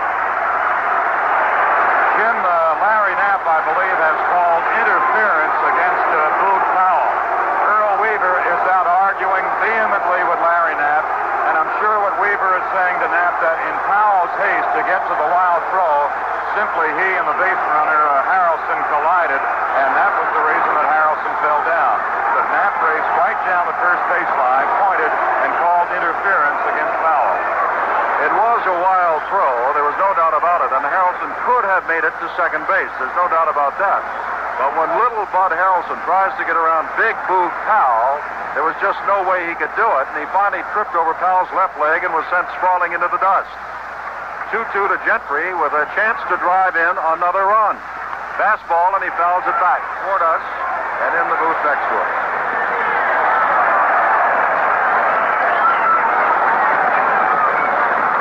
Gentry not backing out of the box, hanging in there against Palmer. 3-0. The Mets. We are in the last of the fourth. 2 out, and Harrelson at second. Fastball, and he strikes him out, and the Orioles and Palmer out of it. No runs, no hits, no errors, and 1 man left at second base. At the end of 4 complete. The Mets lead the Orioles 3-0. Daddy, please hurry up and get well. We were going to send you a greeting card full of jokes, but you're already in stitches. When an accident happens, everybody hurries to send cards and good wishes. But nobody knows how long it will really take for anybody to get well. That's why the Hartford doesn't push anybody into signing a release. Not when an accident happens. Not if complications are likely to develop soon after. Not even if extended therapy is needed later on. At the Hartford, we try to help you get well first and talk releases only when everybody's satisfied that all that can be done is done. Insurance by the Hartford. We try to keep things simple.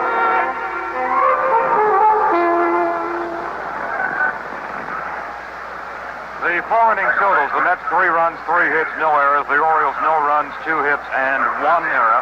And to lead off against right-hander Gary Gentry in the top of the 5th inning, it will be second baseman Dave Johnson, along with Jim Simpson. Thank you, Bill O'Donnell. And the lower half, the 7, 8, and 9 batters of the Orioles, facing Gary Gentry, and his first pitch is a breaking pitch that Johnson swings on and misses strike 1. Davey popped to the shortstop to end the second inning, his only other time at bat. And now it's 0 for 5 in series play. Has walked a couple of times. Gentry ready, throws another breaking pitch in the dirt, but Johnson went for it, swung and missed. Strike 2.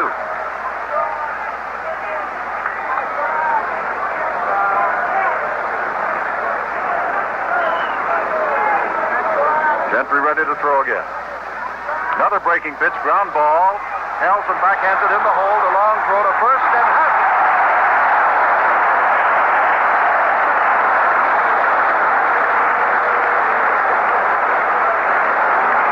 Garrett broke off third base to his left. Harrelson raced to his right. The ball went past Garrett, and Bud Harrelson, deep in the hole, came up with the ball and had the long throw with a quick release to get Johnson by a step, or perhaps a half a step. Here's Mark Belanger, 1 for 7 on the series. He grounded a short in this game.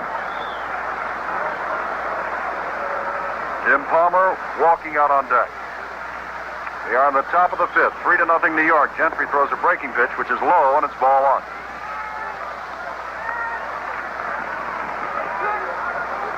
Three runs, one of them a home run by Tommy Agee, the other 2-run double by Gentry. 3 hits, no errors for New York. There's a strike at the knees to Belanger.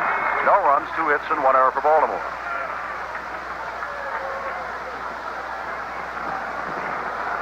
Now this has the making of an exciting and long series. Gentry throws low and away, and it's 2-1.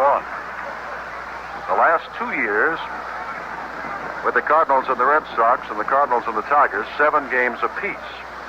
But it's the last time the Orioles were in it, 4 in a row. Ground ball, Harrelson has another chance, gets the good hop, throws on to first, and has Belanger, and they're 2 down.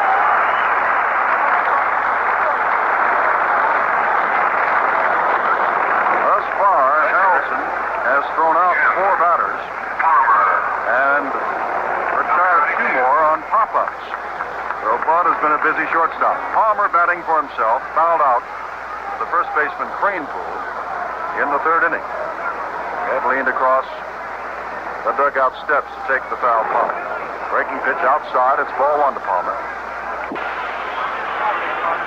These 3 runs, the most runs ever given up by a Baltimore pitcher in their now 8-game World Series, or rather 7-game World Series history. Foul to the screen. Bounces back out to Grody, and it's 1-1. The Dodgers never got as many as 3 runs in 1966. The other 2 ball game scores have been 4-1 Baltimore, 2-1 New York. The 1-1 pitch, fastball, and he throws it right by him. Palmer swings and misses, and it's 1-2.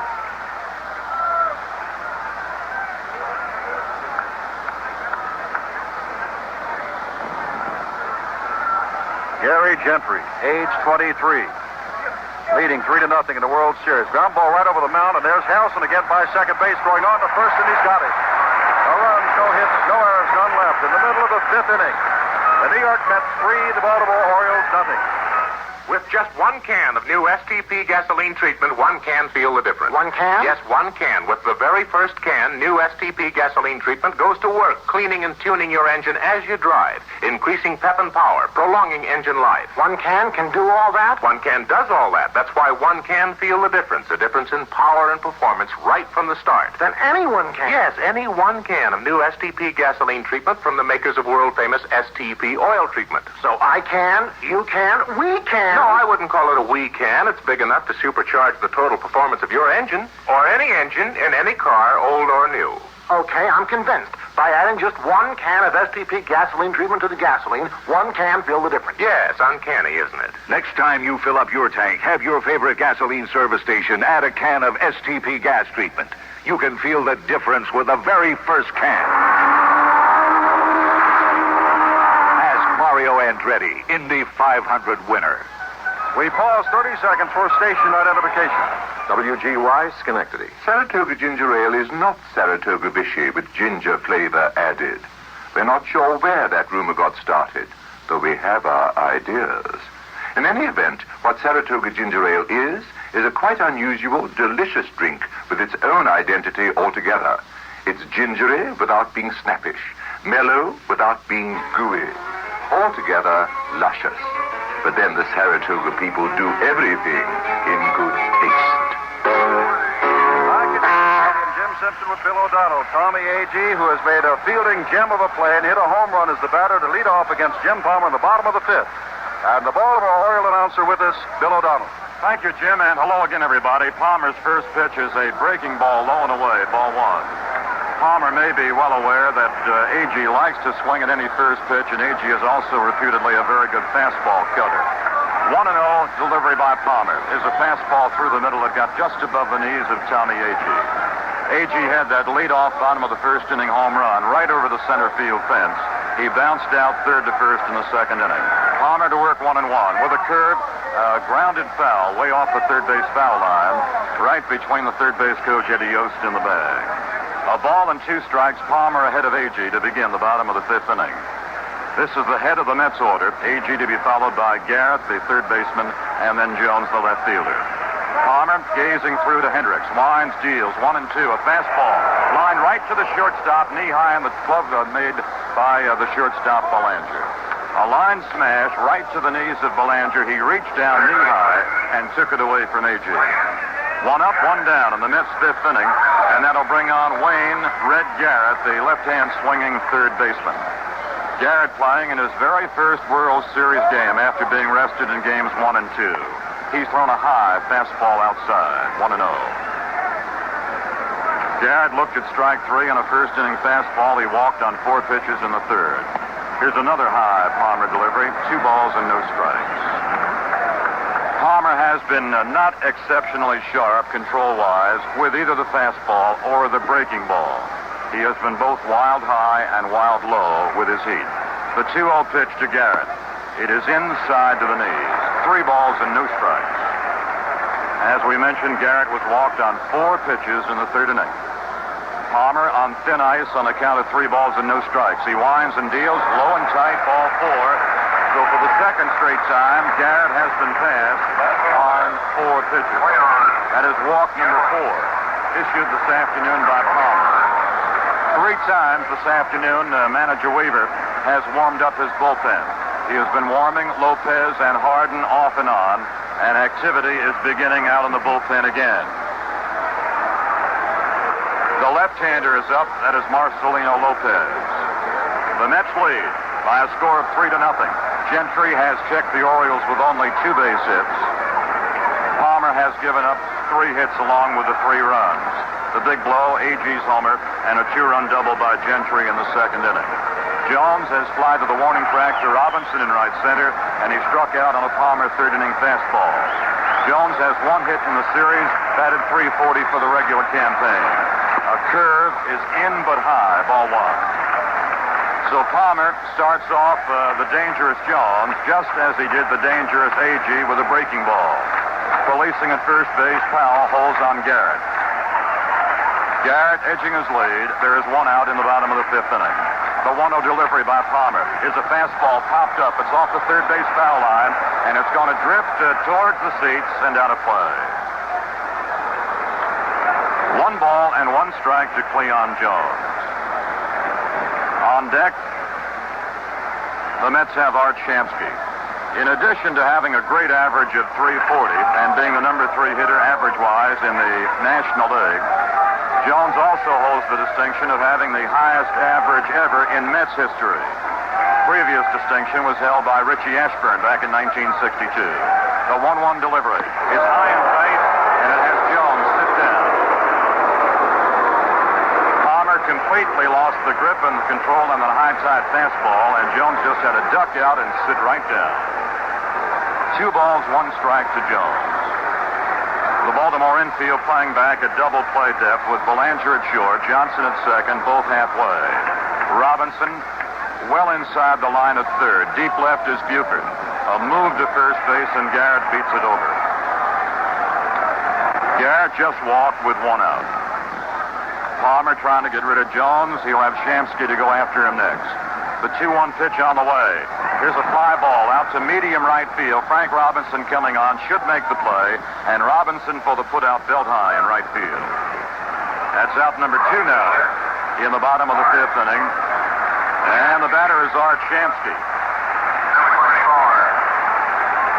Shamsky has been to the plate twice and drilled the ball well both times. He hit a hot shot smash to first baseman Powell in the 3rd inning, and Powell beat him to the bag. In the 1st inning, Shamsky sent Frank Robinson to the right field warning track to bring down his high deep fly ball. Quick move to first base, but Garrett gets back in no trouble.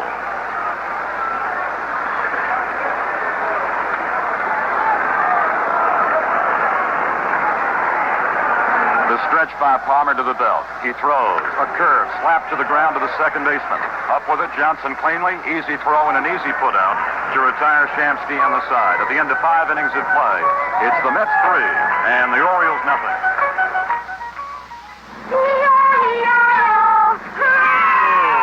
Thank you, Miss Nye, for leading us in song and frolic. Thank you, Uncle Evan. Now, look, children, we're almost there for our first adventure at High Diddle Diddle Day School. Now, everybody make a happy hello face. Let's not throw things. What kind of car is it? It's a station wagon. Who makes it? Plymouth makes it. What's this? That works the stereo in front and back. Monroe, jump up and down like that and your stomach will drop off. What's this for? That's the special air conditioner. It makes it cool in the back without freezing the front. Well, here we are. Send everybody out. No! We want to stay in the station wagon because it's comfortable. Yeah! What's this? That works the rear window with the optional washer. What's that thing on the roof? The air deflector. It keeps dirt and fumes away from the rear window.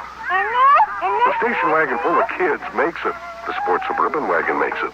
Plymouth makes it.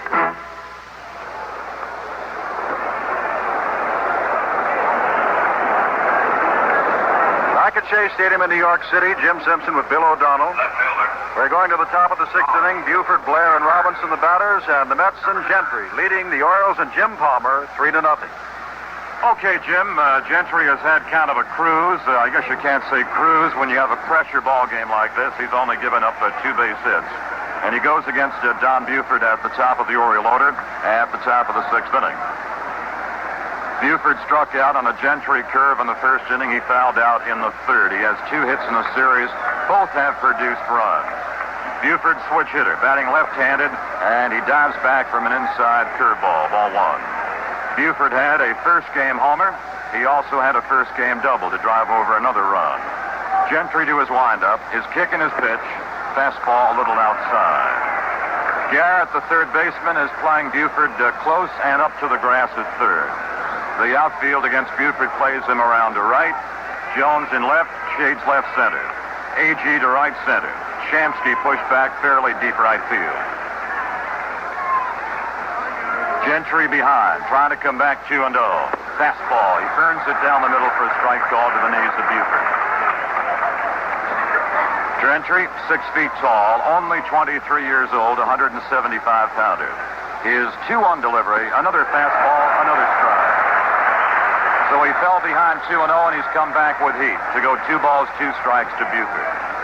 Buford from the left side is a better hitter than from the other side. A curve, cut on and miss. A strikeout for Gentry again against Buford. That's the first out in the top of the 6th inning. Gentry now has 4 strikeouts and 1 gone in the Baltimore 6th inning, and the batter is Paul Blair. Blair has 1 hit in the series. He is 0 for 2 today. He has flied to center. He has looked at strike 3. Guards the plate from deep in the box and swings right-handed. Fastball is low to Blair. On deck, it is Frank Robinson. 1 away, top of the 6th inning. The Mets lead in Game 3 of the World Series, 3-0. The delivery. Fastball is popped up. It's to the infield. Over from third, Garrett. In from short is Harrelson. It is Harrelson's call, and the putout right to the left of second base. Blair pops up to Harrelson, 2 away. Well, the Oriole big siege guns, the power of Blair, Frank Robinson, Powell, and Brooks Robinson have only picked up in the series so far 5 base hits off Met pitching. Frank Robinson hit a shot single and ripped it to left in the 4th inning for his first hit in this series. He has also drawn a walk. Robinson batting with 2 gone in the top of the 6th inning. Gentry's lined up in his pitch, a breaking ball low outside. And now Frank Robinson has requested Larry Knapp to take a look at the ball being used by the right-hander Gentry. The only hits off Gentry came after a hitless first 3 innings by the young right-hander on 1-out singles by Frank Robinson and Powell. Gentry winds back over the head. The right-hander's throw is inside. 2 balls and no strikes.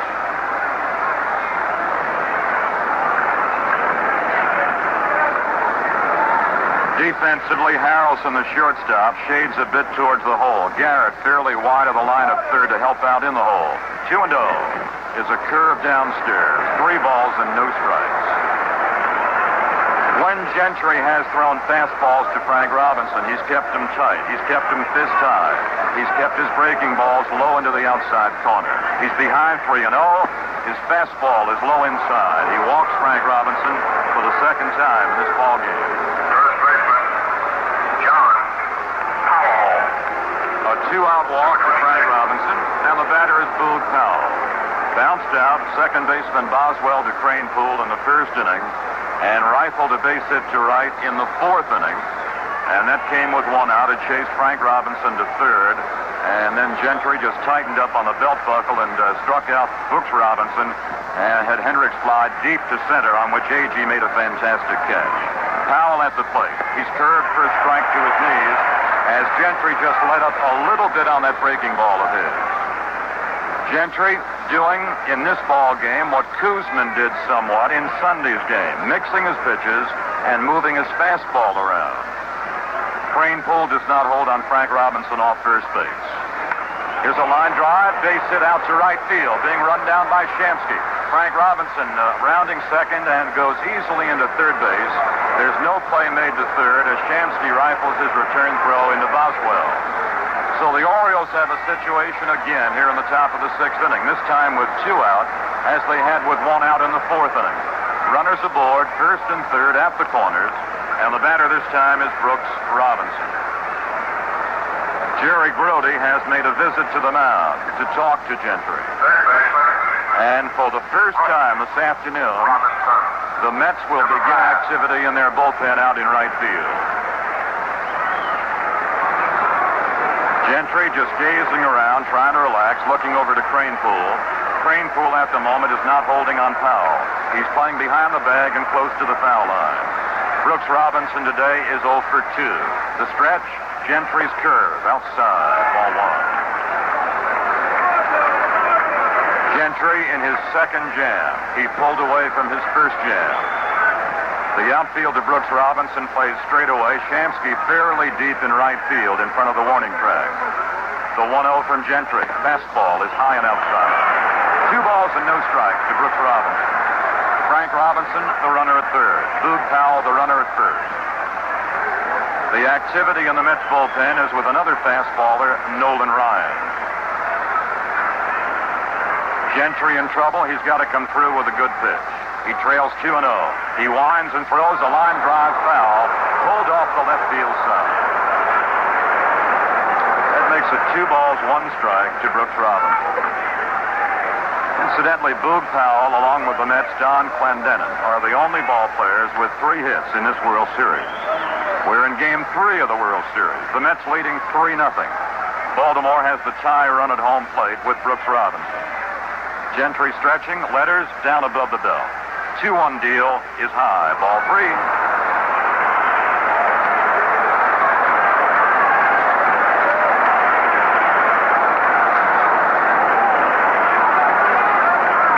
Long foul lines here at Shea Stadium. 341 down left and right.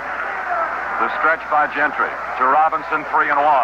Here's a high fly down the right field foul line. Being chased by Shamsky. He's near the foul line.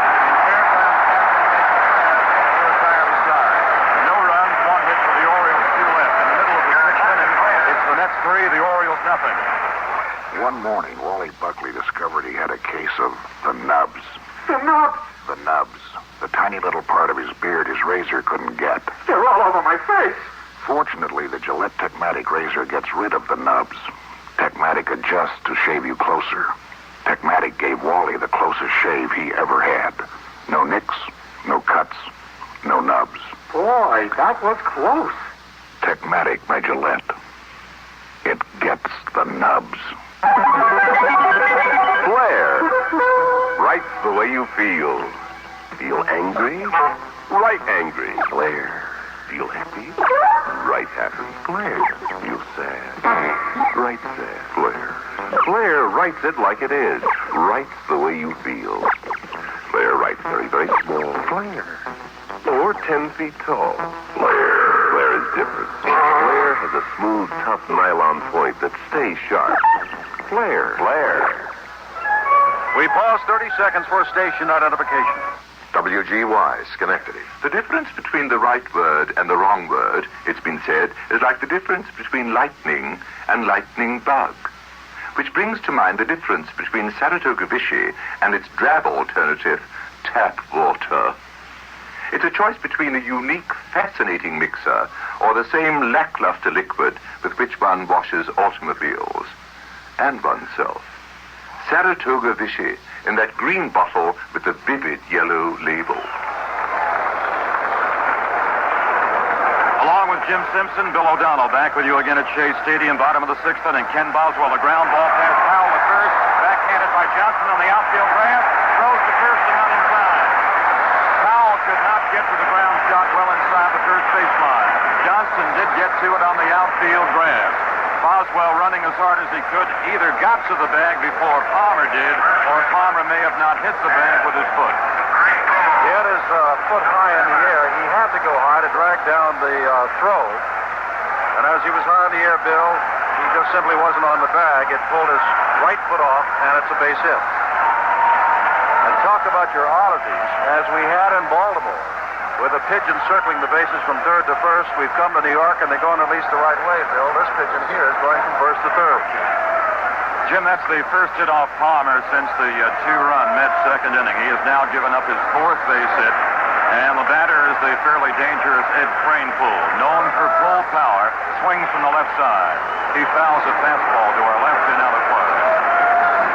Cranepool, strictly a New York product, and a graduate of James Monroe High School, and the only player on the Mets 1969 cast who was a member of the first New York Met team in 1962. Cranepool is 0 for 2. An easy move to first base by Powell, but Boswell is back to the bag. Johnson, the second baseman, to Cranepool, playing him to pull and shades towards his glove side. The pitch to Cranepool. He lines a shot right to the box seats down from the Mets dugout. A hot, sizzling line shot about 4 rows back. 2 strikes to Cranepool. And speaking of that 1962 team on which Cranepool played, remember, Ashburn, Woodling, and Hickman was the outfield. Thornberry, Neal, Chacon, and Thomas the infield. Taylor was the catcher opening day. Do you remember who the first game pitcher was? You do indeed, I'm sure. It was Al Jackson. The look to first by Palmer. He's 2 strikes ahead. And Cranepool sits down from a shoulder-high breaking ball. Cranepool just yanked right back and sat right down. He got out of the way immediately.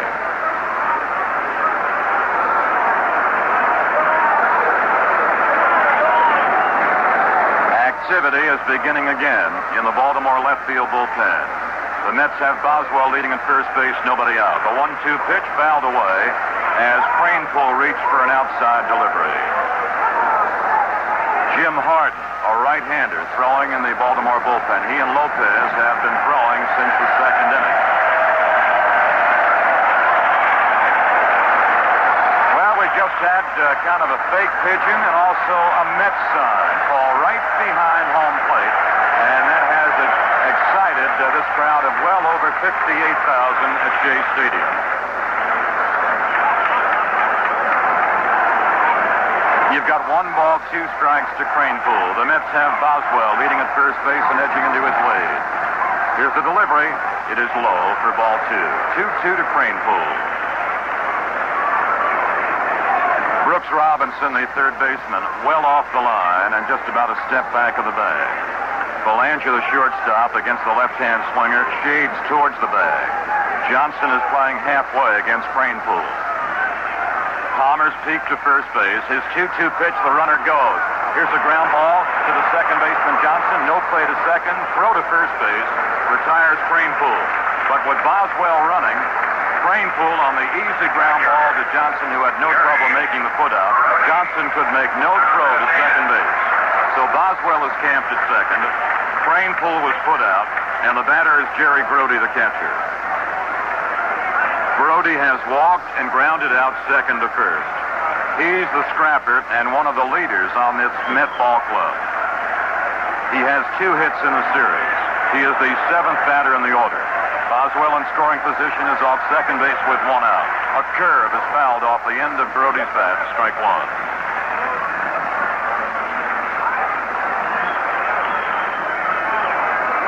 The Mets lead by a score of 3-0.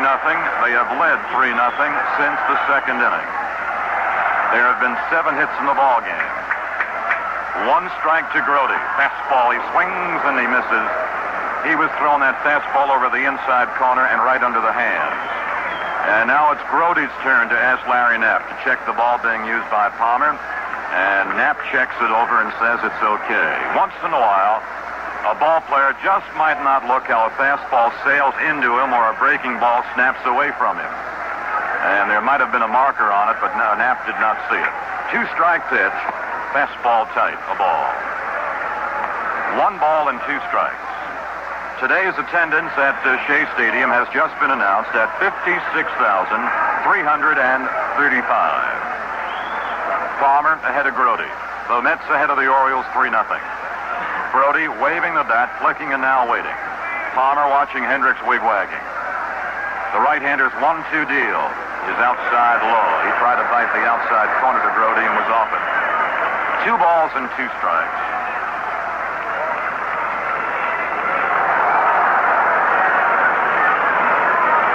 Palmer keeps concentrating on Hendricks' side. Watches Boswell off second.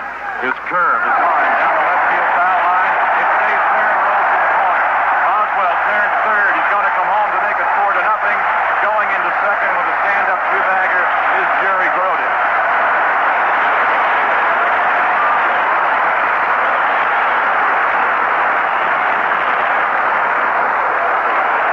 Grody got a belt-high Palmer pitch right down the middle. and he pulled it down the left field foul line. It was inside the foul line, on the grass in the outfield, about 3 feet there. Rolled to the corner. Buford played the carom, had no play home. Boswell has scored. Still only 1 out, and the Mets lead is now 4-0. 5 hits off Palmer.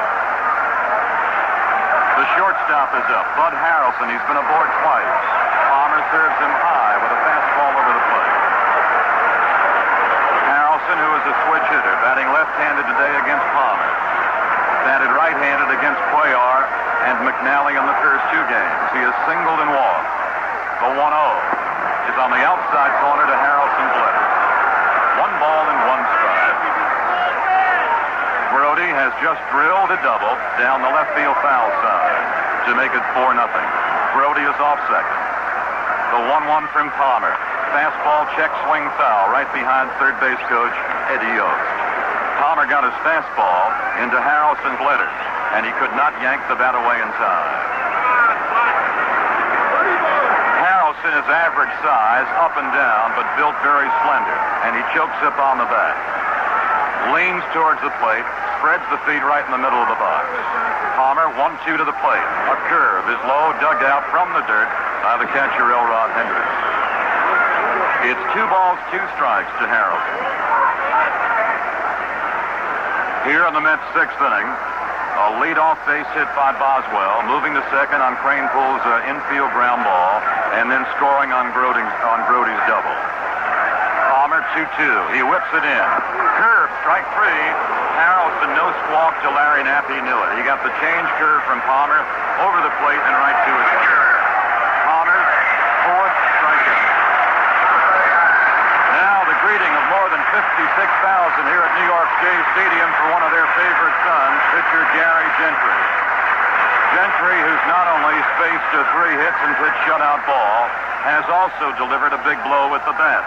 That second inning 2-run double to right center. The pitch to him is in for a strike call to his belt.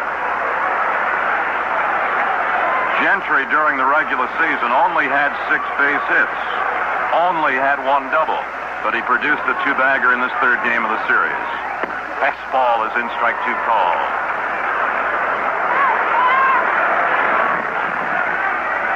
Blair, the center fielder, shades the right-hand swinging Gentry to right center. Robinson plays him in shallow right. 2 strikes coming.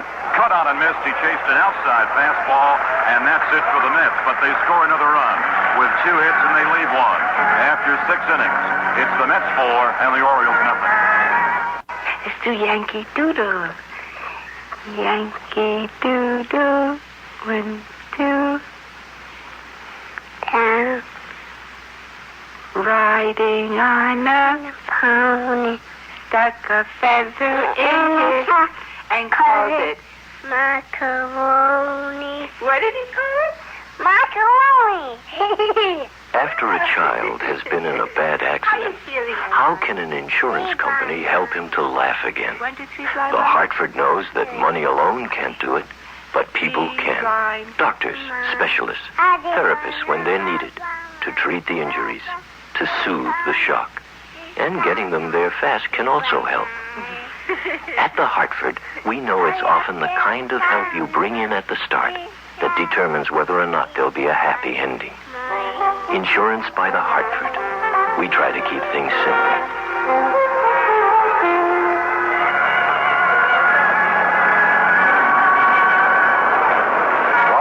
Jim Simpson with Bill O'Donnell. And although still overcast, the skies have brightened perceptibly since this game began, and it looks as though we'll get it all in. And right now it is all the Mets. Tommy Agee's home run in the first inning, 1 run. Gary Gentry, who is pitching shutout ball, doubled in 2 more in the second. And Brody has just doubled 1 in the 6th. And it's 4-0 New York as we move to the top of the 7th inning and Elrod Hendricks and Bill O'Donnell. Hendricks' last trip was robbed of perhaps an extra base wallop by the center fielder Agee, who slammed against the fence in left center at the 396-foot marker to pull down the high, deep fly ball. Hendricks has also popped up to the third baseman. Now, Gentry has worked over Hendricks today. He's thrown him fastballs and changeups and kept him off balance. He gives him the fastball outside, ball 1. Hendricks is strictly a pull hitter. And that's the way Shamsky plays him in right field. 2 steps in front of that deep warning track. The 1-0 on the way. Another fastball, but this one is a strike call. He kept the ball away from Hendricks, away from his pulling power, to his knees and on the outside corner. Gentry at the moment very much in command. Winding, dealing 1-1 to Elrod Hendricks. Breaking ball low inside. 2 balls and 1 strike. We're getting now down near the end of the Oriole order, and activity is in the Baltimore bullpen. Hendricks is the 6th batter in the order. The ball 2, 1 strike pitch. Gentry serves. Fastball foul to the screen. Ball 2 and strike 2 to Elrod Hendricks. Dave Leonard is throwing right now in the Oriole bullpen. Leonard is a right-hander. 2-2 in the battle between Gentry and Hendricks. The Mets are leading in Game 3 of the World Series 4-0. The series is square at a victory apiece. 2-2 it. It's on the way to Hendricks. Fastball, fly ball, fairly deep right center field. Agee's going back to the warning track. He's on the warning track, and Agee grabs it.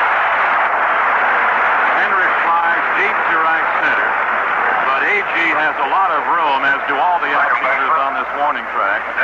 The warning track here at Shea Stadium is about 30 feet wide. 1 away in the top of the 7th inning, and that produces Dave Johnson. Johnson has popped up and has grounded out. Johnson is 0 for 2 today. He is 0 for 6 in the series to date. Swings from the right side. The fastball from Gentry is at the knees inside, ball 1. Mark Belanger is on deck. 1-0 to Johnson. Inside, it backs him off. He twisted the shoulder away from the tight fastball. 2 balls and no strikes. There has been a fairly strong wind here at Shea Stadium all afternoon, and it is blowing right now to the right field corner. Gentry rocks, comes forward and throws. Fastball down the middle, and he kept that fastball low to Johnson. He didn't keep it upstairs. He kept it right to his knees.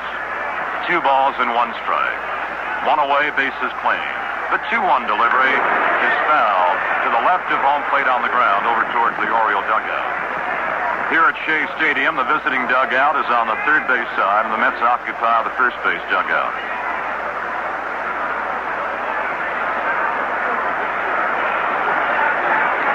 The windup and the 2-2 pitch. Fly ball, well hit, deep center field. Agee going back, he slips, he recovers.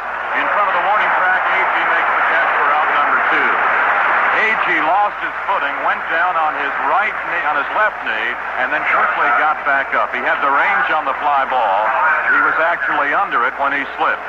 So Agee just came right back up and collared the fly ball off Johnson's bat.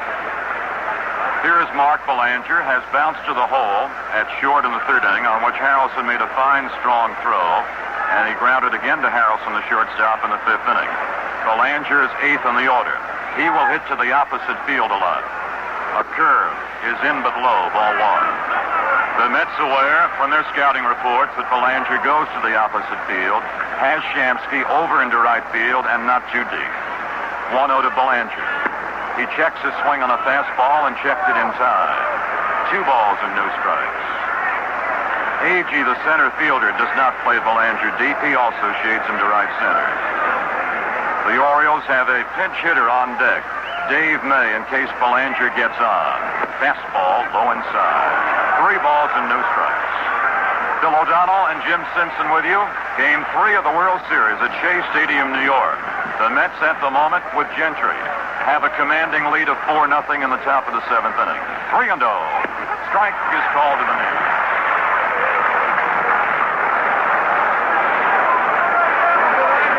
Garrett, the 3rd baseman, plays wide of the line right back of the grass. The rock and the pitch by Gentry. In for strike 2 called. So Gentry has made 2 fine comeback pitches. He was trailing Belanger 3-0.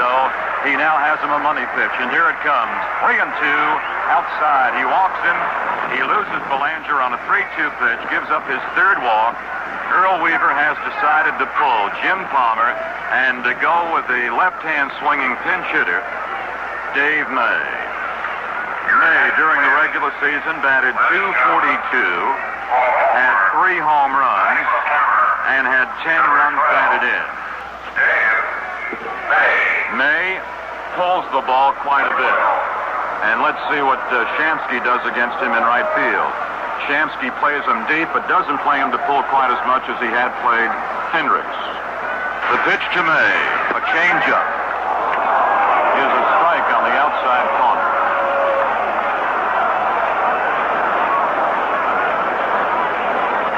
Gentry has thrown changeups to Hendricks, and now he throws this changeup to another left-hand cutter, Dave May. May is swinging for Palmer. Belanger off first base. Fastball is low. That's a ball and a strike to May. And now Rube Walker is making his first trip out of the Mets dugout out to talk to both catcher Brody and the right-hander Gentry. At the moment, there is no activity in the Mets bullpen, but a couple of fellows now begin to take off jackets. So Walker going out for 2 purposes: to get the bullpen ready and also to try to find out how Gentry feels. Is he strong? Does he feel calm, cool, and collected and confident? Walker has made his visit and is going back, and the Mets begin to warm up the flame ball throwing right-hander Nolan Ryan. The Orioles batting in the 7th inning. They've got Belanger at first base. He's not held by Cranepool. The look over by Gentry. His pitch to May. Inside corner for a strike. He burned the fastball to May's knees.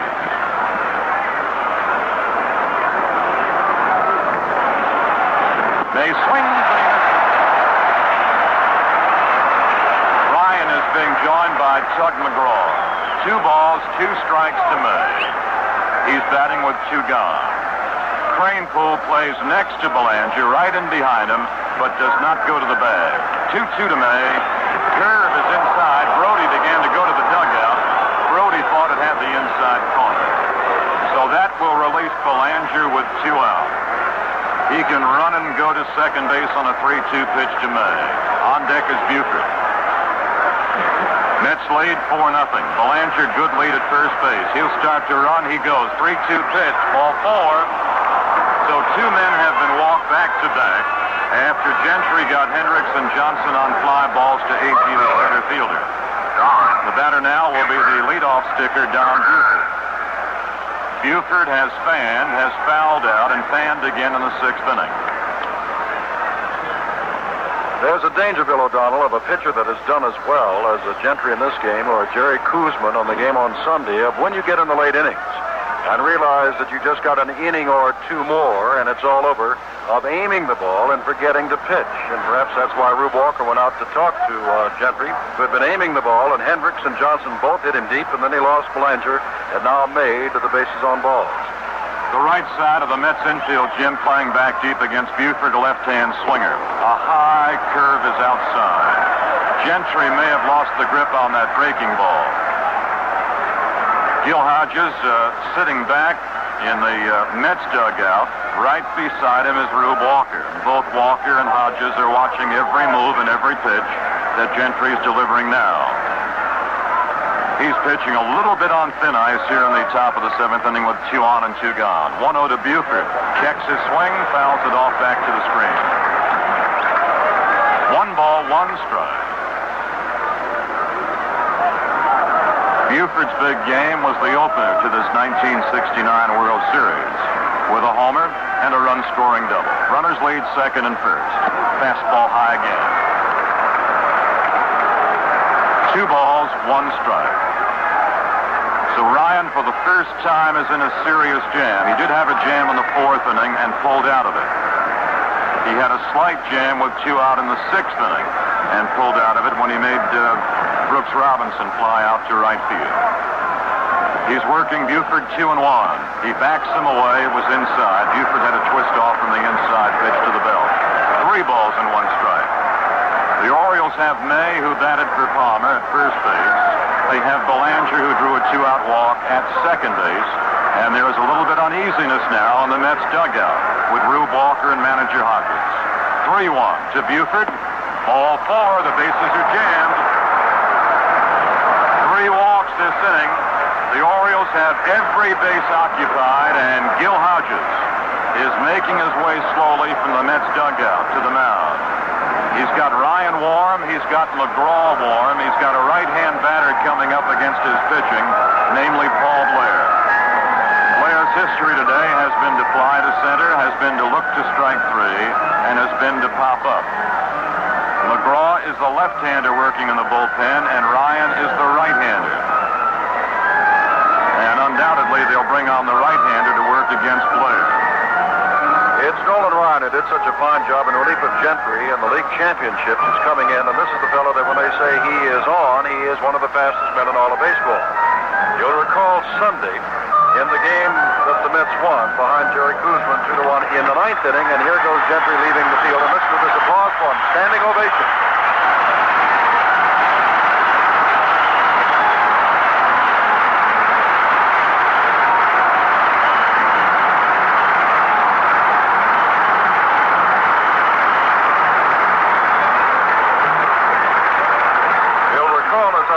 That Koosman had 2 out in the ninth when he walked 2 men before Taylor bailed him out. Here, with 2 out in the seventh and a couple of well-hit balls, Gentry has walked, the bases loaded, and the Mets hope that Nolan Ryan can bail him out. We pause 30 seconds for station identification. WGY, Schenectady. Saratoga ginger ale is not Saratoga Vichy with ginger flavor added. We're not sure where that rumor got started, though we have our ideas. In any event, what Saratoga ginger ale is a quite unusual, delicious drink with its own identity altogether. It's gingery without being snappish, mellow without being gooey, altogether luscious. But then the Saratoga people do everything in good taste.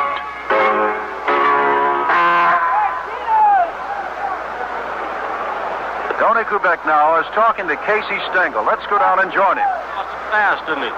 Yes, I think that he was getting a little too excited this time. He's anxious to win.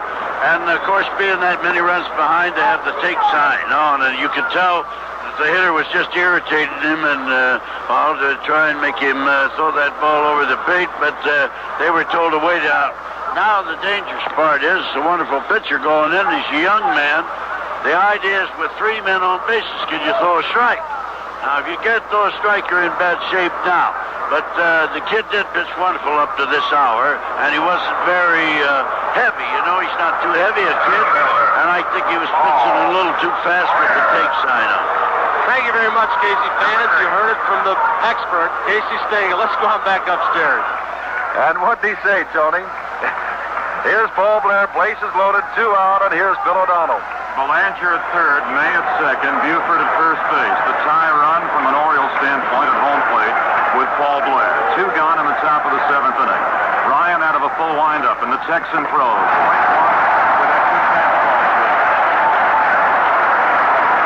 Met fans have said that if Ryan doesn't have a Koufax fastball, at least he has a Gibson fastball and a McDowell fastball. His 1 strike to Blair.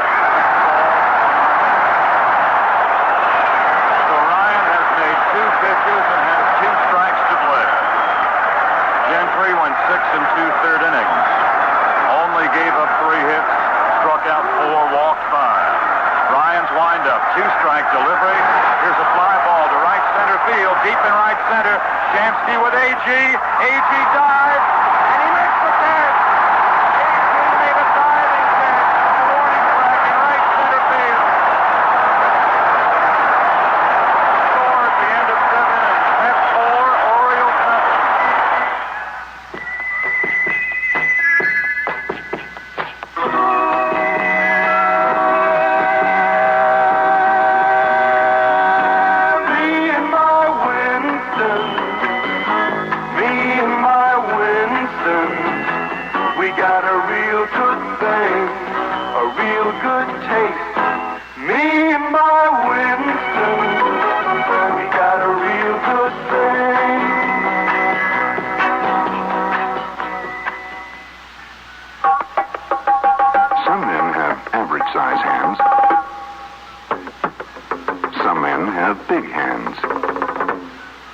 For men with average hands, Gillette introduces our new adjustable razor with an average size handle. For men with big hands, Gillette introduces our new adjustable razor with a long handle. True razors have 9 precision settings. Gillette figures a more comfortable razor in your hand means a more comfortable shave. Back at Shea Stadium, an excited Shea Stadium in New York, where it is still 4-0 as Nolan Ryan, with considerable help from Tommy Agee, who is coming to bat now, got out of the inning. Agee, who ignited the Mets with a home run in the first inning, who in the 4th inning, with 2 men on and 2 outs, made a fantastic running grab from right center to left center to haul down the drive of Hendricks, has just with 3 men on and 2 out, lunged, dove, slid along his stomach, and made the catch to the drive of Paul Blair. And Tommy Agee has the Mets in front, 4-0. Bill O'Donnell, and we have a new pitcher. All right, Jim, the amazing Mets, underdogs in the National League race, won the pennant. The amazing Mets, underdogs to begin the World Series, lead by a score of 4-0. And the hero right now here at Shea Stadium is Tommy Agee. Agee, who has made 2 outstanding, fabulous catches with his glove. One on Hendricks earlier, and the last one on Paul Blair with the bases loaded and 2 out to set down the side. With the bat, Agee with the first inning home run. The Mets have led 6. Dave Leonard is the reliever. The right-hander throws outside. Leonard in relief of Palmer to begin the bottom of the 7th inning. He is a graduate of Johns Hopkins University in Baltimore. His 1-0 to Agee. He swings and he misses.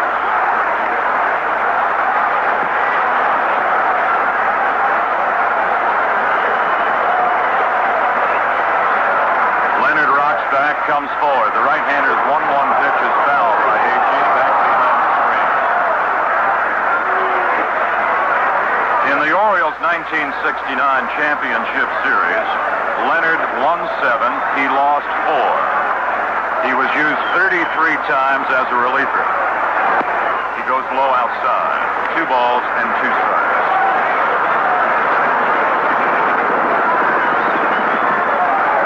Agee at the head of the order, waiting 2-2. Leonard goes to him with a slider in the dirt. 3 balls and 2 strikes.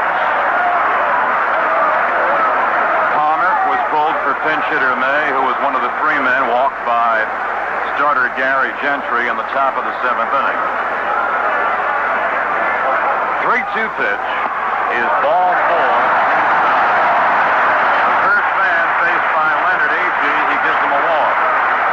In 6 innings, Palmer, the starter, walked 4 men.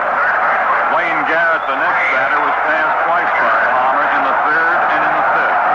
He also looked at a 3rd strike in the 1st inning. Ed Charles had been the Mets' 3rd baseman in games 1 and 2. Powell holds at first base. Agee, who can run and likes to run, leads, and Leonard drives him back with a move to first base. Brooks Robinson at 3rd, expecting Garrett to lay one down, comes up to the grass. Leonard's check, his quick throw. They almost pulled Agee off. He had a dive back, hands extended. Leonard has picked off more men at first base than any other member of the Orioles staff. Garrett squares, bunts down the first base side, fielded by Leonard, throws. Johnson makes the cover at first base on the putout. The bunt was between the mound and the first base foul line by Garrett, closer to the foul line. Leonard charged off the mound. Powell also charged from first to the ball. Leonard got there first. Johnson hooked over from the right side of the infield to take the putout throw. Garrett will not be charged with a time at bat. The assist to Leonard, the putout to Johnson, places Agee at second base with 1 away. The batter for the Mets is Cleon Jones. He has gone 0 for 3 today. Jones is 1 for 11 in the series. Jones was runner-up to the Mets' Tommy Agee in run production for the year. Agee knocked over 76. Jones drove over 75 runs. Agee, who has a lot of speed, and he's proved it in the outfield today, especially off second. A slider has popped up into shallow right center. Johnson going back. Robinson coming forward. It is Robinson for the putout in shallow right center, and Agee has to plant himself and stay at second. Here's Art Shamsky now, a left-hand batter and the right fielder. Shamsky has flied deep to right, has bounced out unassisted to Powell at first base, and is grounded out second to first. The Mets are batting in the seventh. They lead by a score of 4-0. The winner of this ball game takes the lead in the World Series 2 games to 1. Leonard stretch. His delivery is a curve, and here's a fly ball to left field. Buford going to his right, still moving. Buford makes the running catch in straightaway left field to retire the side. At the end of 7 innings, it's the Mets 4, the Orioles nothing. They call me the lone dude. Last evening, I was at the burger shack waiting for Melinda to get off work. She could spot my 1970 Plymouth Roadrunner by the optional trapdoor air grabber on the hood. She was singing... Extra pickle for a nickel, onions on the bun. When all at once, some bad guys in a helicopter dropped down and seized my little burger baby. Help me, save me. The dude in his 1970 Roadrunner, powered by the optional 440 V8 engine, follows the copter to a cave hideout. Extra pickle for a nickel, onions on the bun. My beloved Belinda. Quick, untie me. Get him, man. Hold it. Why don't you guys see yourselves for the first time in your lives and get a 1970 Plymouth Roadrunner? Join the multitudes who drive Roadrunners and live their lives in peace as men. No. Please. Okay. Bad guys don't make it. The Roadrunner makes it. Plymouth makes it. Back at Shea Stadium in New York, as we move now to the top of the 8th inning with Bill O'Donnell. This is Jim Simpson in a 4-0 ball game, which the Mets lead. Nolan Ryan on in relief of Gary Gentry with the bases loaded on walked and 2 out in the 7th inning through 2 quick strikes. Passed Paul Blair, then worked him outside and on a 1-2 count. Blair, finding Agee pulled around to left center, lined the ball to deep right center, and Agee made his second spectacular catch of the afternoon, lunging, falling down, holding his glove above the ground, and robbed Blair and the Orioles of a chance to score. But in the 8th, Frank Robinson, Boog Powell, and Brooks Robinson. And here's Bill O'Donnell. The Mets have made 2 defensive changes. They now have Al Weiss playing second base here in the 8th inning and Rod Gaspar playing right field for Shamsky. Frank Robinson backs off from a breaking ball from Nolan Ryan. Ryan relieved Gentry in the 7th with the bases loaded. He made 3 pitches to Blair and got him out. Fastball a little inside. 2 balls and no strikes. Repeating again, Gaspar in right, Weiss at second base in the top of the 8th inning. The 2-0 to Frank Robinson. Fastball, strike to the knee.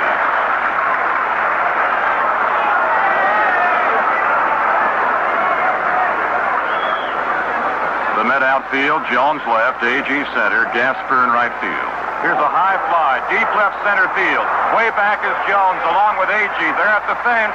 It is Agee backing up to the fence, right against the fence in left center, about 380 feet away. So Frank Robinson drilled it deep and high, but Agee had time to back up to the fence and pull it down.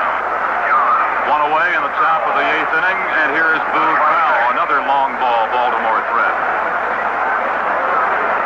Powell has 2 hits. Frank Robinson had the other one off the starter Gary Gentry. Powell singled in the 4th and singled in the 6th inning. Big left-hand power swinger out of Florida. 1 away, nobody aboard. Curve, strike ball, fell high.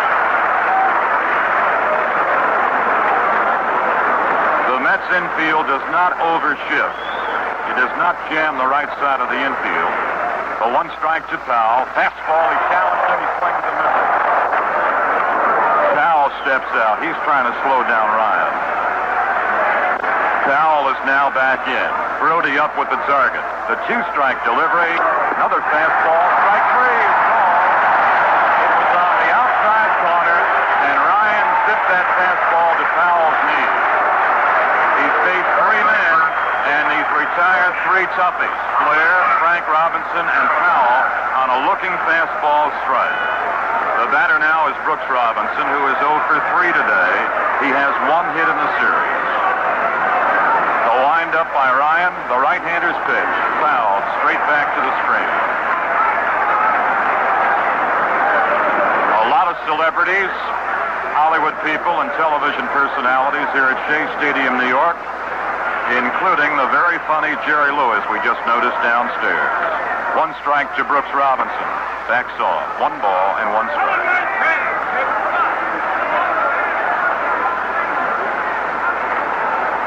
2 gone in the top of the 8th. 1-1er. Fastball, check swing, pop up. It's drifting foul to the upper deck. Ryan rifled that fastball and kept it tight to Brooks Robinson's letters, and he could not check the swing in time. So it's a ball and 2 strikes. It's Ryan on the spot trying to protect the Met 4-0 lead. It's Brooks on the spot trying to get a base hit. The 1-2 delivery. A check swing foul. He curved him inside. Brooks took a half swing and fouled it back.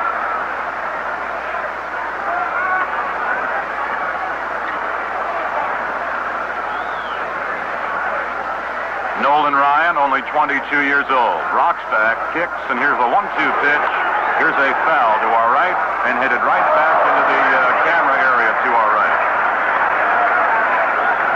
So Brooks Robinson has been getting around late on Nolan Ryan heat here in the top of the 8th inning.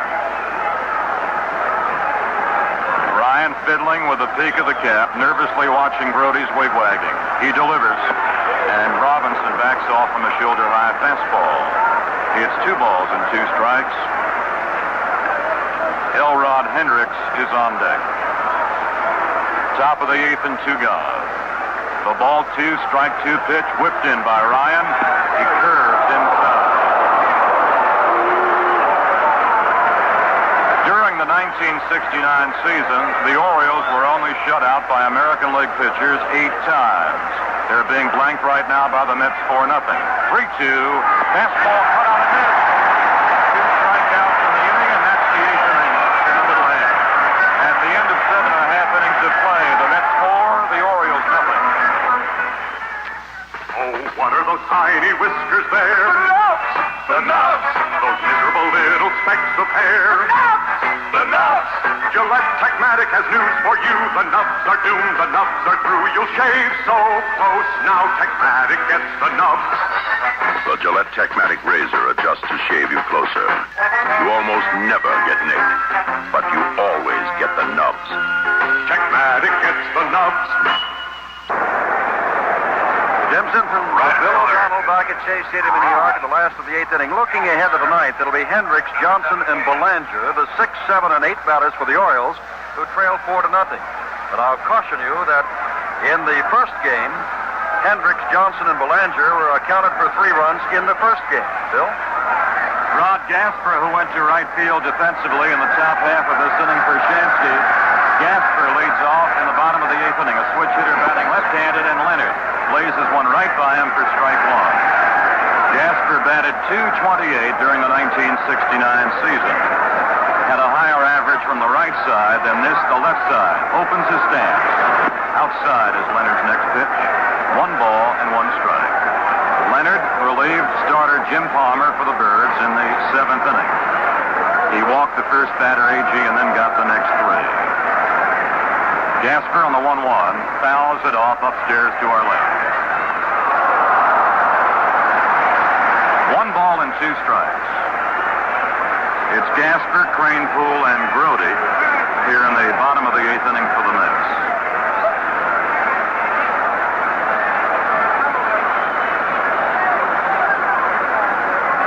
Leonard's 1-2 fire. Here's a fly ball out into shallow left center field. Everybody giving it a chase, and is the left fielder Buford. It was chased by shortstop Belanger, by left fielder Buford, by center fielder Blair, and Buford got to it first with a put out in shallow left center. The batter now is the big Met first baseman Ed Cranepool. Cranepool is 0 for 3, but he drilled the ball well to right field on the liner to Robinson in the 4th inning. Looking ahead to the Oriole 9th inning as the Mets are ahead 4-0. The 2 batters are Hendricks, Johnson, and Belanger. The Orioles only have 3 base hits off the Mets. Here's a curve, and here's a big fly. Deep right center field. Blair going back. Blair at the fence. Over the fence. 396 feet away for a Cranepool home run. The 2nd home run by the Mets today.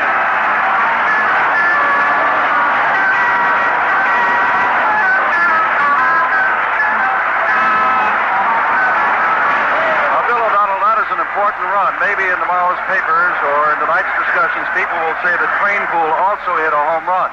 But by making the score 5-0, as long as the Mets have a 5-run lead, the tying run will never come to pass. Jerry Grody is thrown inside by Leonard, ball one. Grody is seventh in the Mets order. Mets 5, Orioles nothing. That is also the 6th base hit by the Mets in this ball game. The 1-0 from Leonard. Check swing off a fastball, and it's fouled to the right of home plate.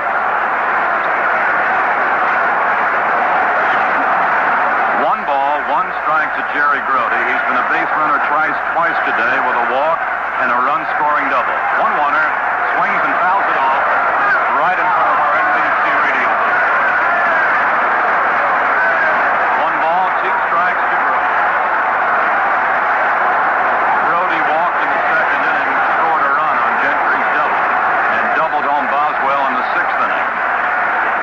Leonard leaning forward, winds and throws. Here's a line drive to right field, a long chase by Frank Robinson, makes the catch with a basket grab above the knees, right in front of the right field warning area. 2 gone in the Mets' 8th inning. And the batter is the shortstop, Bud Harrelson. Harrelson, like Grody, has been a base runner twice, with a walk and a base hit up the middle to center field.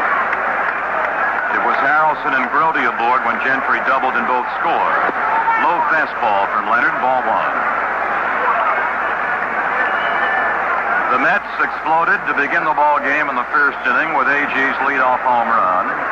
They've exploded again with a long ball by Cranepool here in the 8th inning. There are 2 out and the bases are empty. Leonard's pitch is through the middle for a strike call. Harrelson is deep to the box. He leans towards the plate. That's left-handed. Here's a foul ball right back of home plate. 1 ball, 2 strikes to Harrelson, with Nolan Ryan, the pitcher, on deck. 1-2 pitch from Leonard.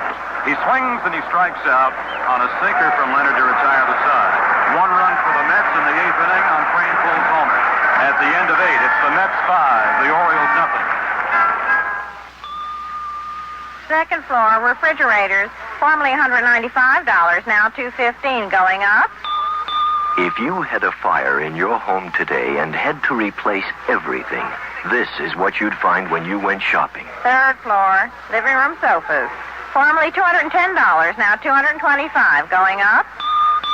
Basic things have gone up 5, 10, 20%.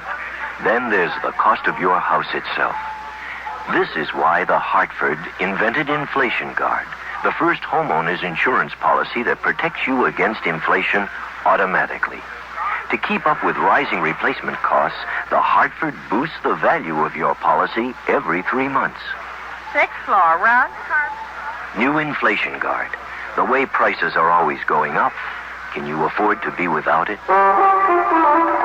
Insurance by the Hartford. We try to keep things simple. Top of the 9th inning and the last chance for the Baltimore Orioles, who sent up, as we said, their 6, 7, and 8 batters, Hendricks, Johnson, Belanger. But in that first game, these 3 men produced 3 runs against Tom Seaver and led to that defeat of New York in the first game by the score of 4-1. Well, you'd have to figure that Jim Palmer, with the winningest percentage in the American League, 16-4, 800%. You'd have to figure that Jim Palmer, second lowest in the American League in earned run average, would have much the better of it against the youngster, Gary Gentry, a rookie in his first World Series. It hasn't worked out that way. The Orioles have 3 outs to go. It's 5-0, and they've got to produce now against Nolan Ryan. Bill O'Donnell? Do or die time in the top of the 9th inning. A swing and a miss by Hendricks on that Ryan fastball, right into his belt on the inside corner. Nolan Ryan, a 195-pounder out of Alvin, Texas. 1 strike pitch on the way. Here's a high fly to right center field. Running on is Gasper, the right fielder. He's waiting, pounds the glove. He's got it for the first down in the top of the 9th. Mets lead 5-0, and Ryan is trying to keep them there. And now it's Dave Johnson trying to get aboard for the Orioles here in the top of the 9th inning. He was handled 3 times by starter Gentry. He is 0 for 3 on the day. Johnson bats from the right side. Belanger is on deck. Fastball popped up, grounded out, and flied out. He is 7th in the order. Belanger is next. 1 strike from Ryan. Curve fouled in the batter's box. A reminder now that Game 4 of the World Series will be on the complete facilities of NBC Radio tomorrow, beginning at 12:45 Eastern Time. And all around the world on Armed Forces Radio. 2-strike pitch. Here it comes. Fouled upstairs way back of the plate.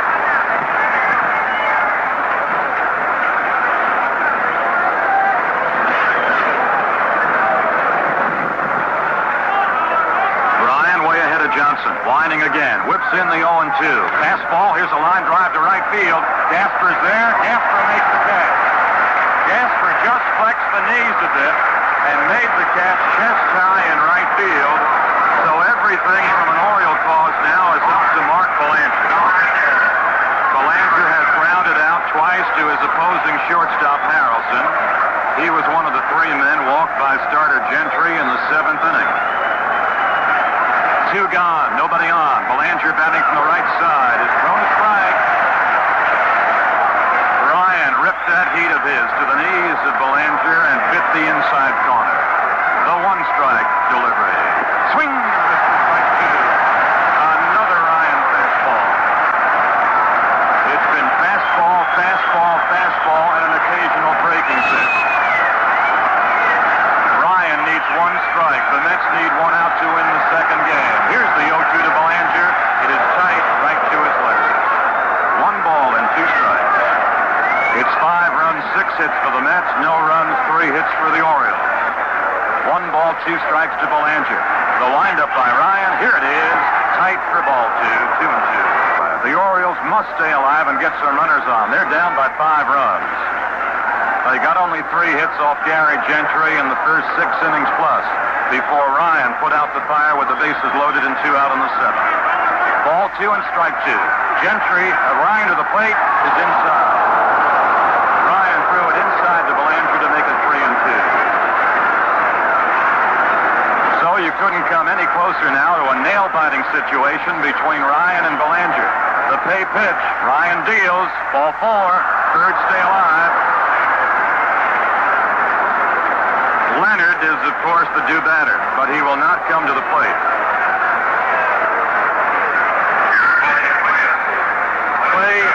Clay Dalrymple, one of the 3 Oriole catchers who bats from the left side. Dalrymple will bat for the pitcher Leonard. Dalrymple came to the Orioles before the start of the 1969 season. They traded Deron Stone for him. Belanger leads off first base, and Dalrymple looks at Ryan's high away pitch, ball 1. Dalrymple bats from the left side. 1 on, 2 gone. The 1-0. A ground ball to the right of second base. Smothered by Weiss. Throws to second and not in time. Sliding in safely is Belanger. Weiss dove backhanded and smothered the ground smash back of second base.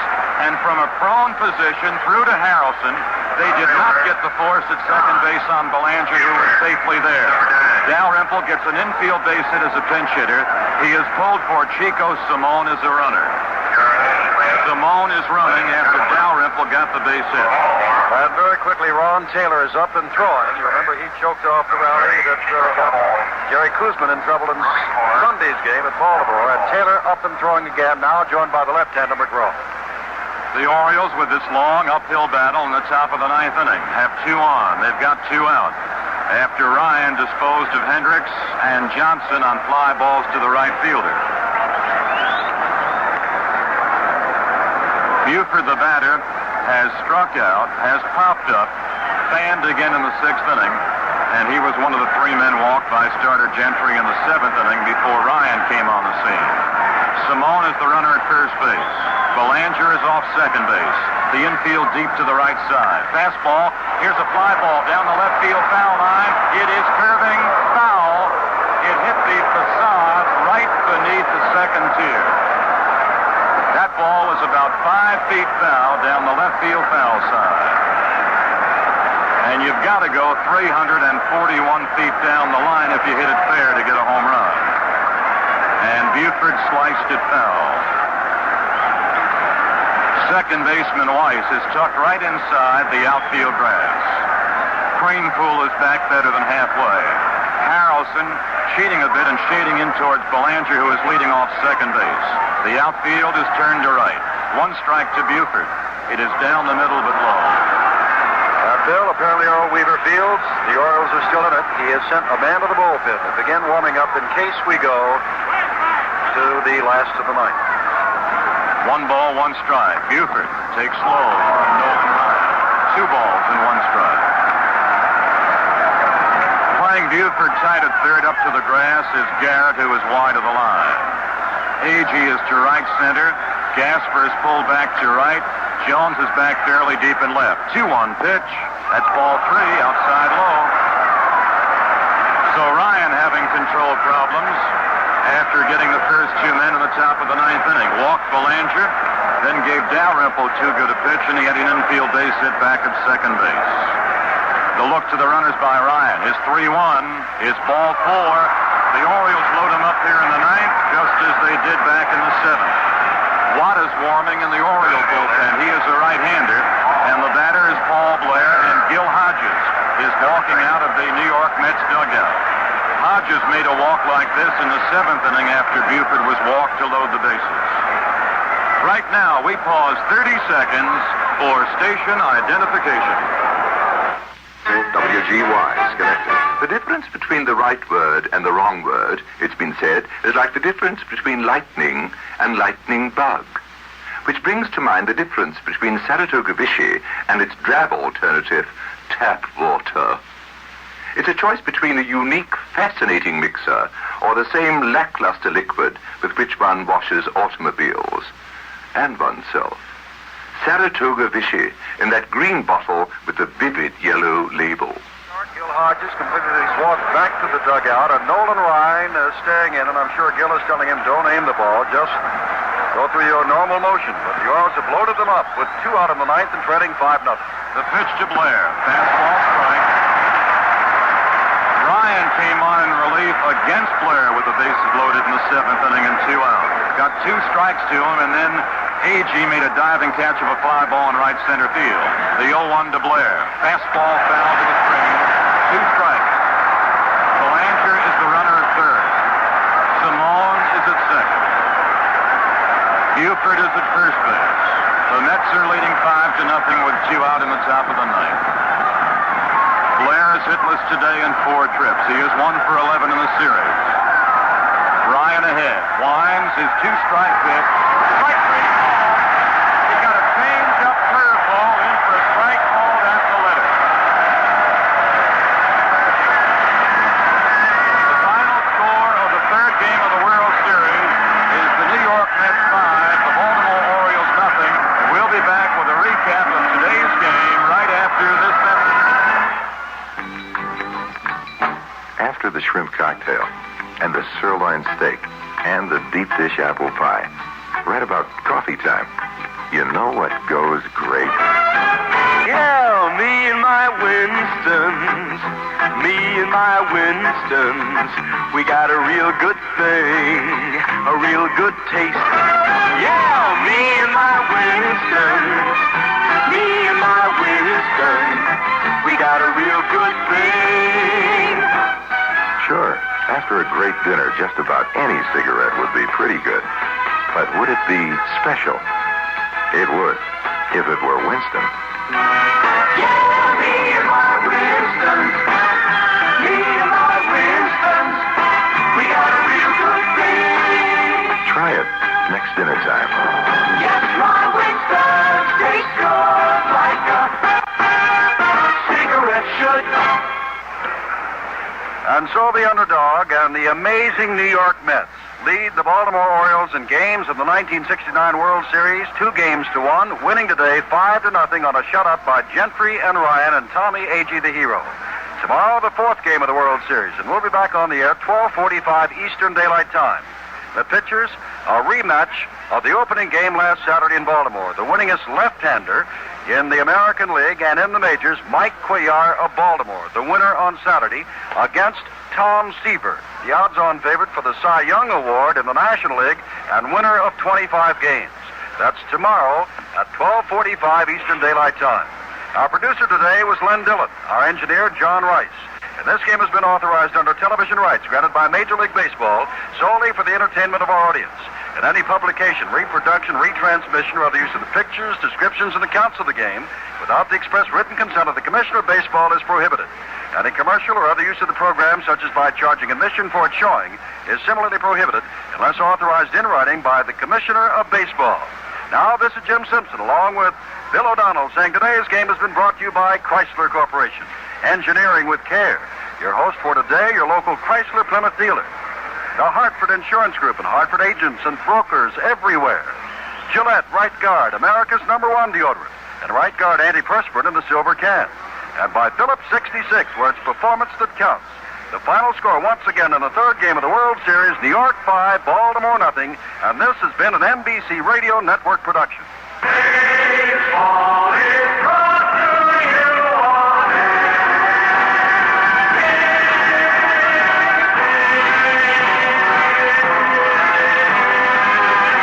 This is the NBC Radio Network.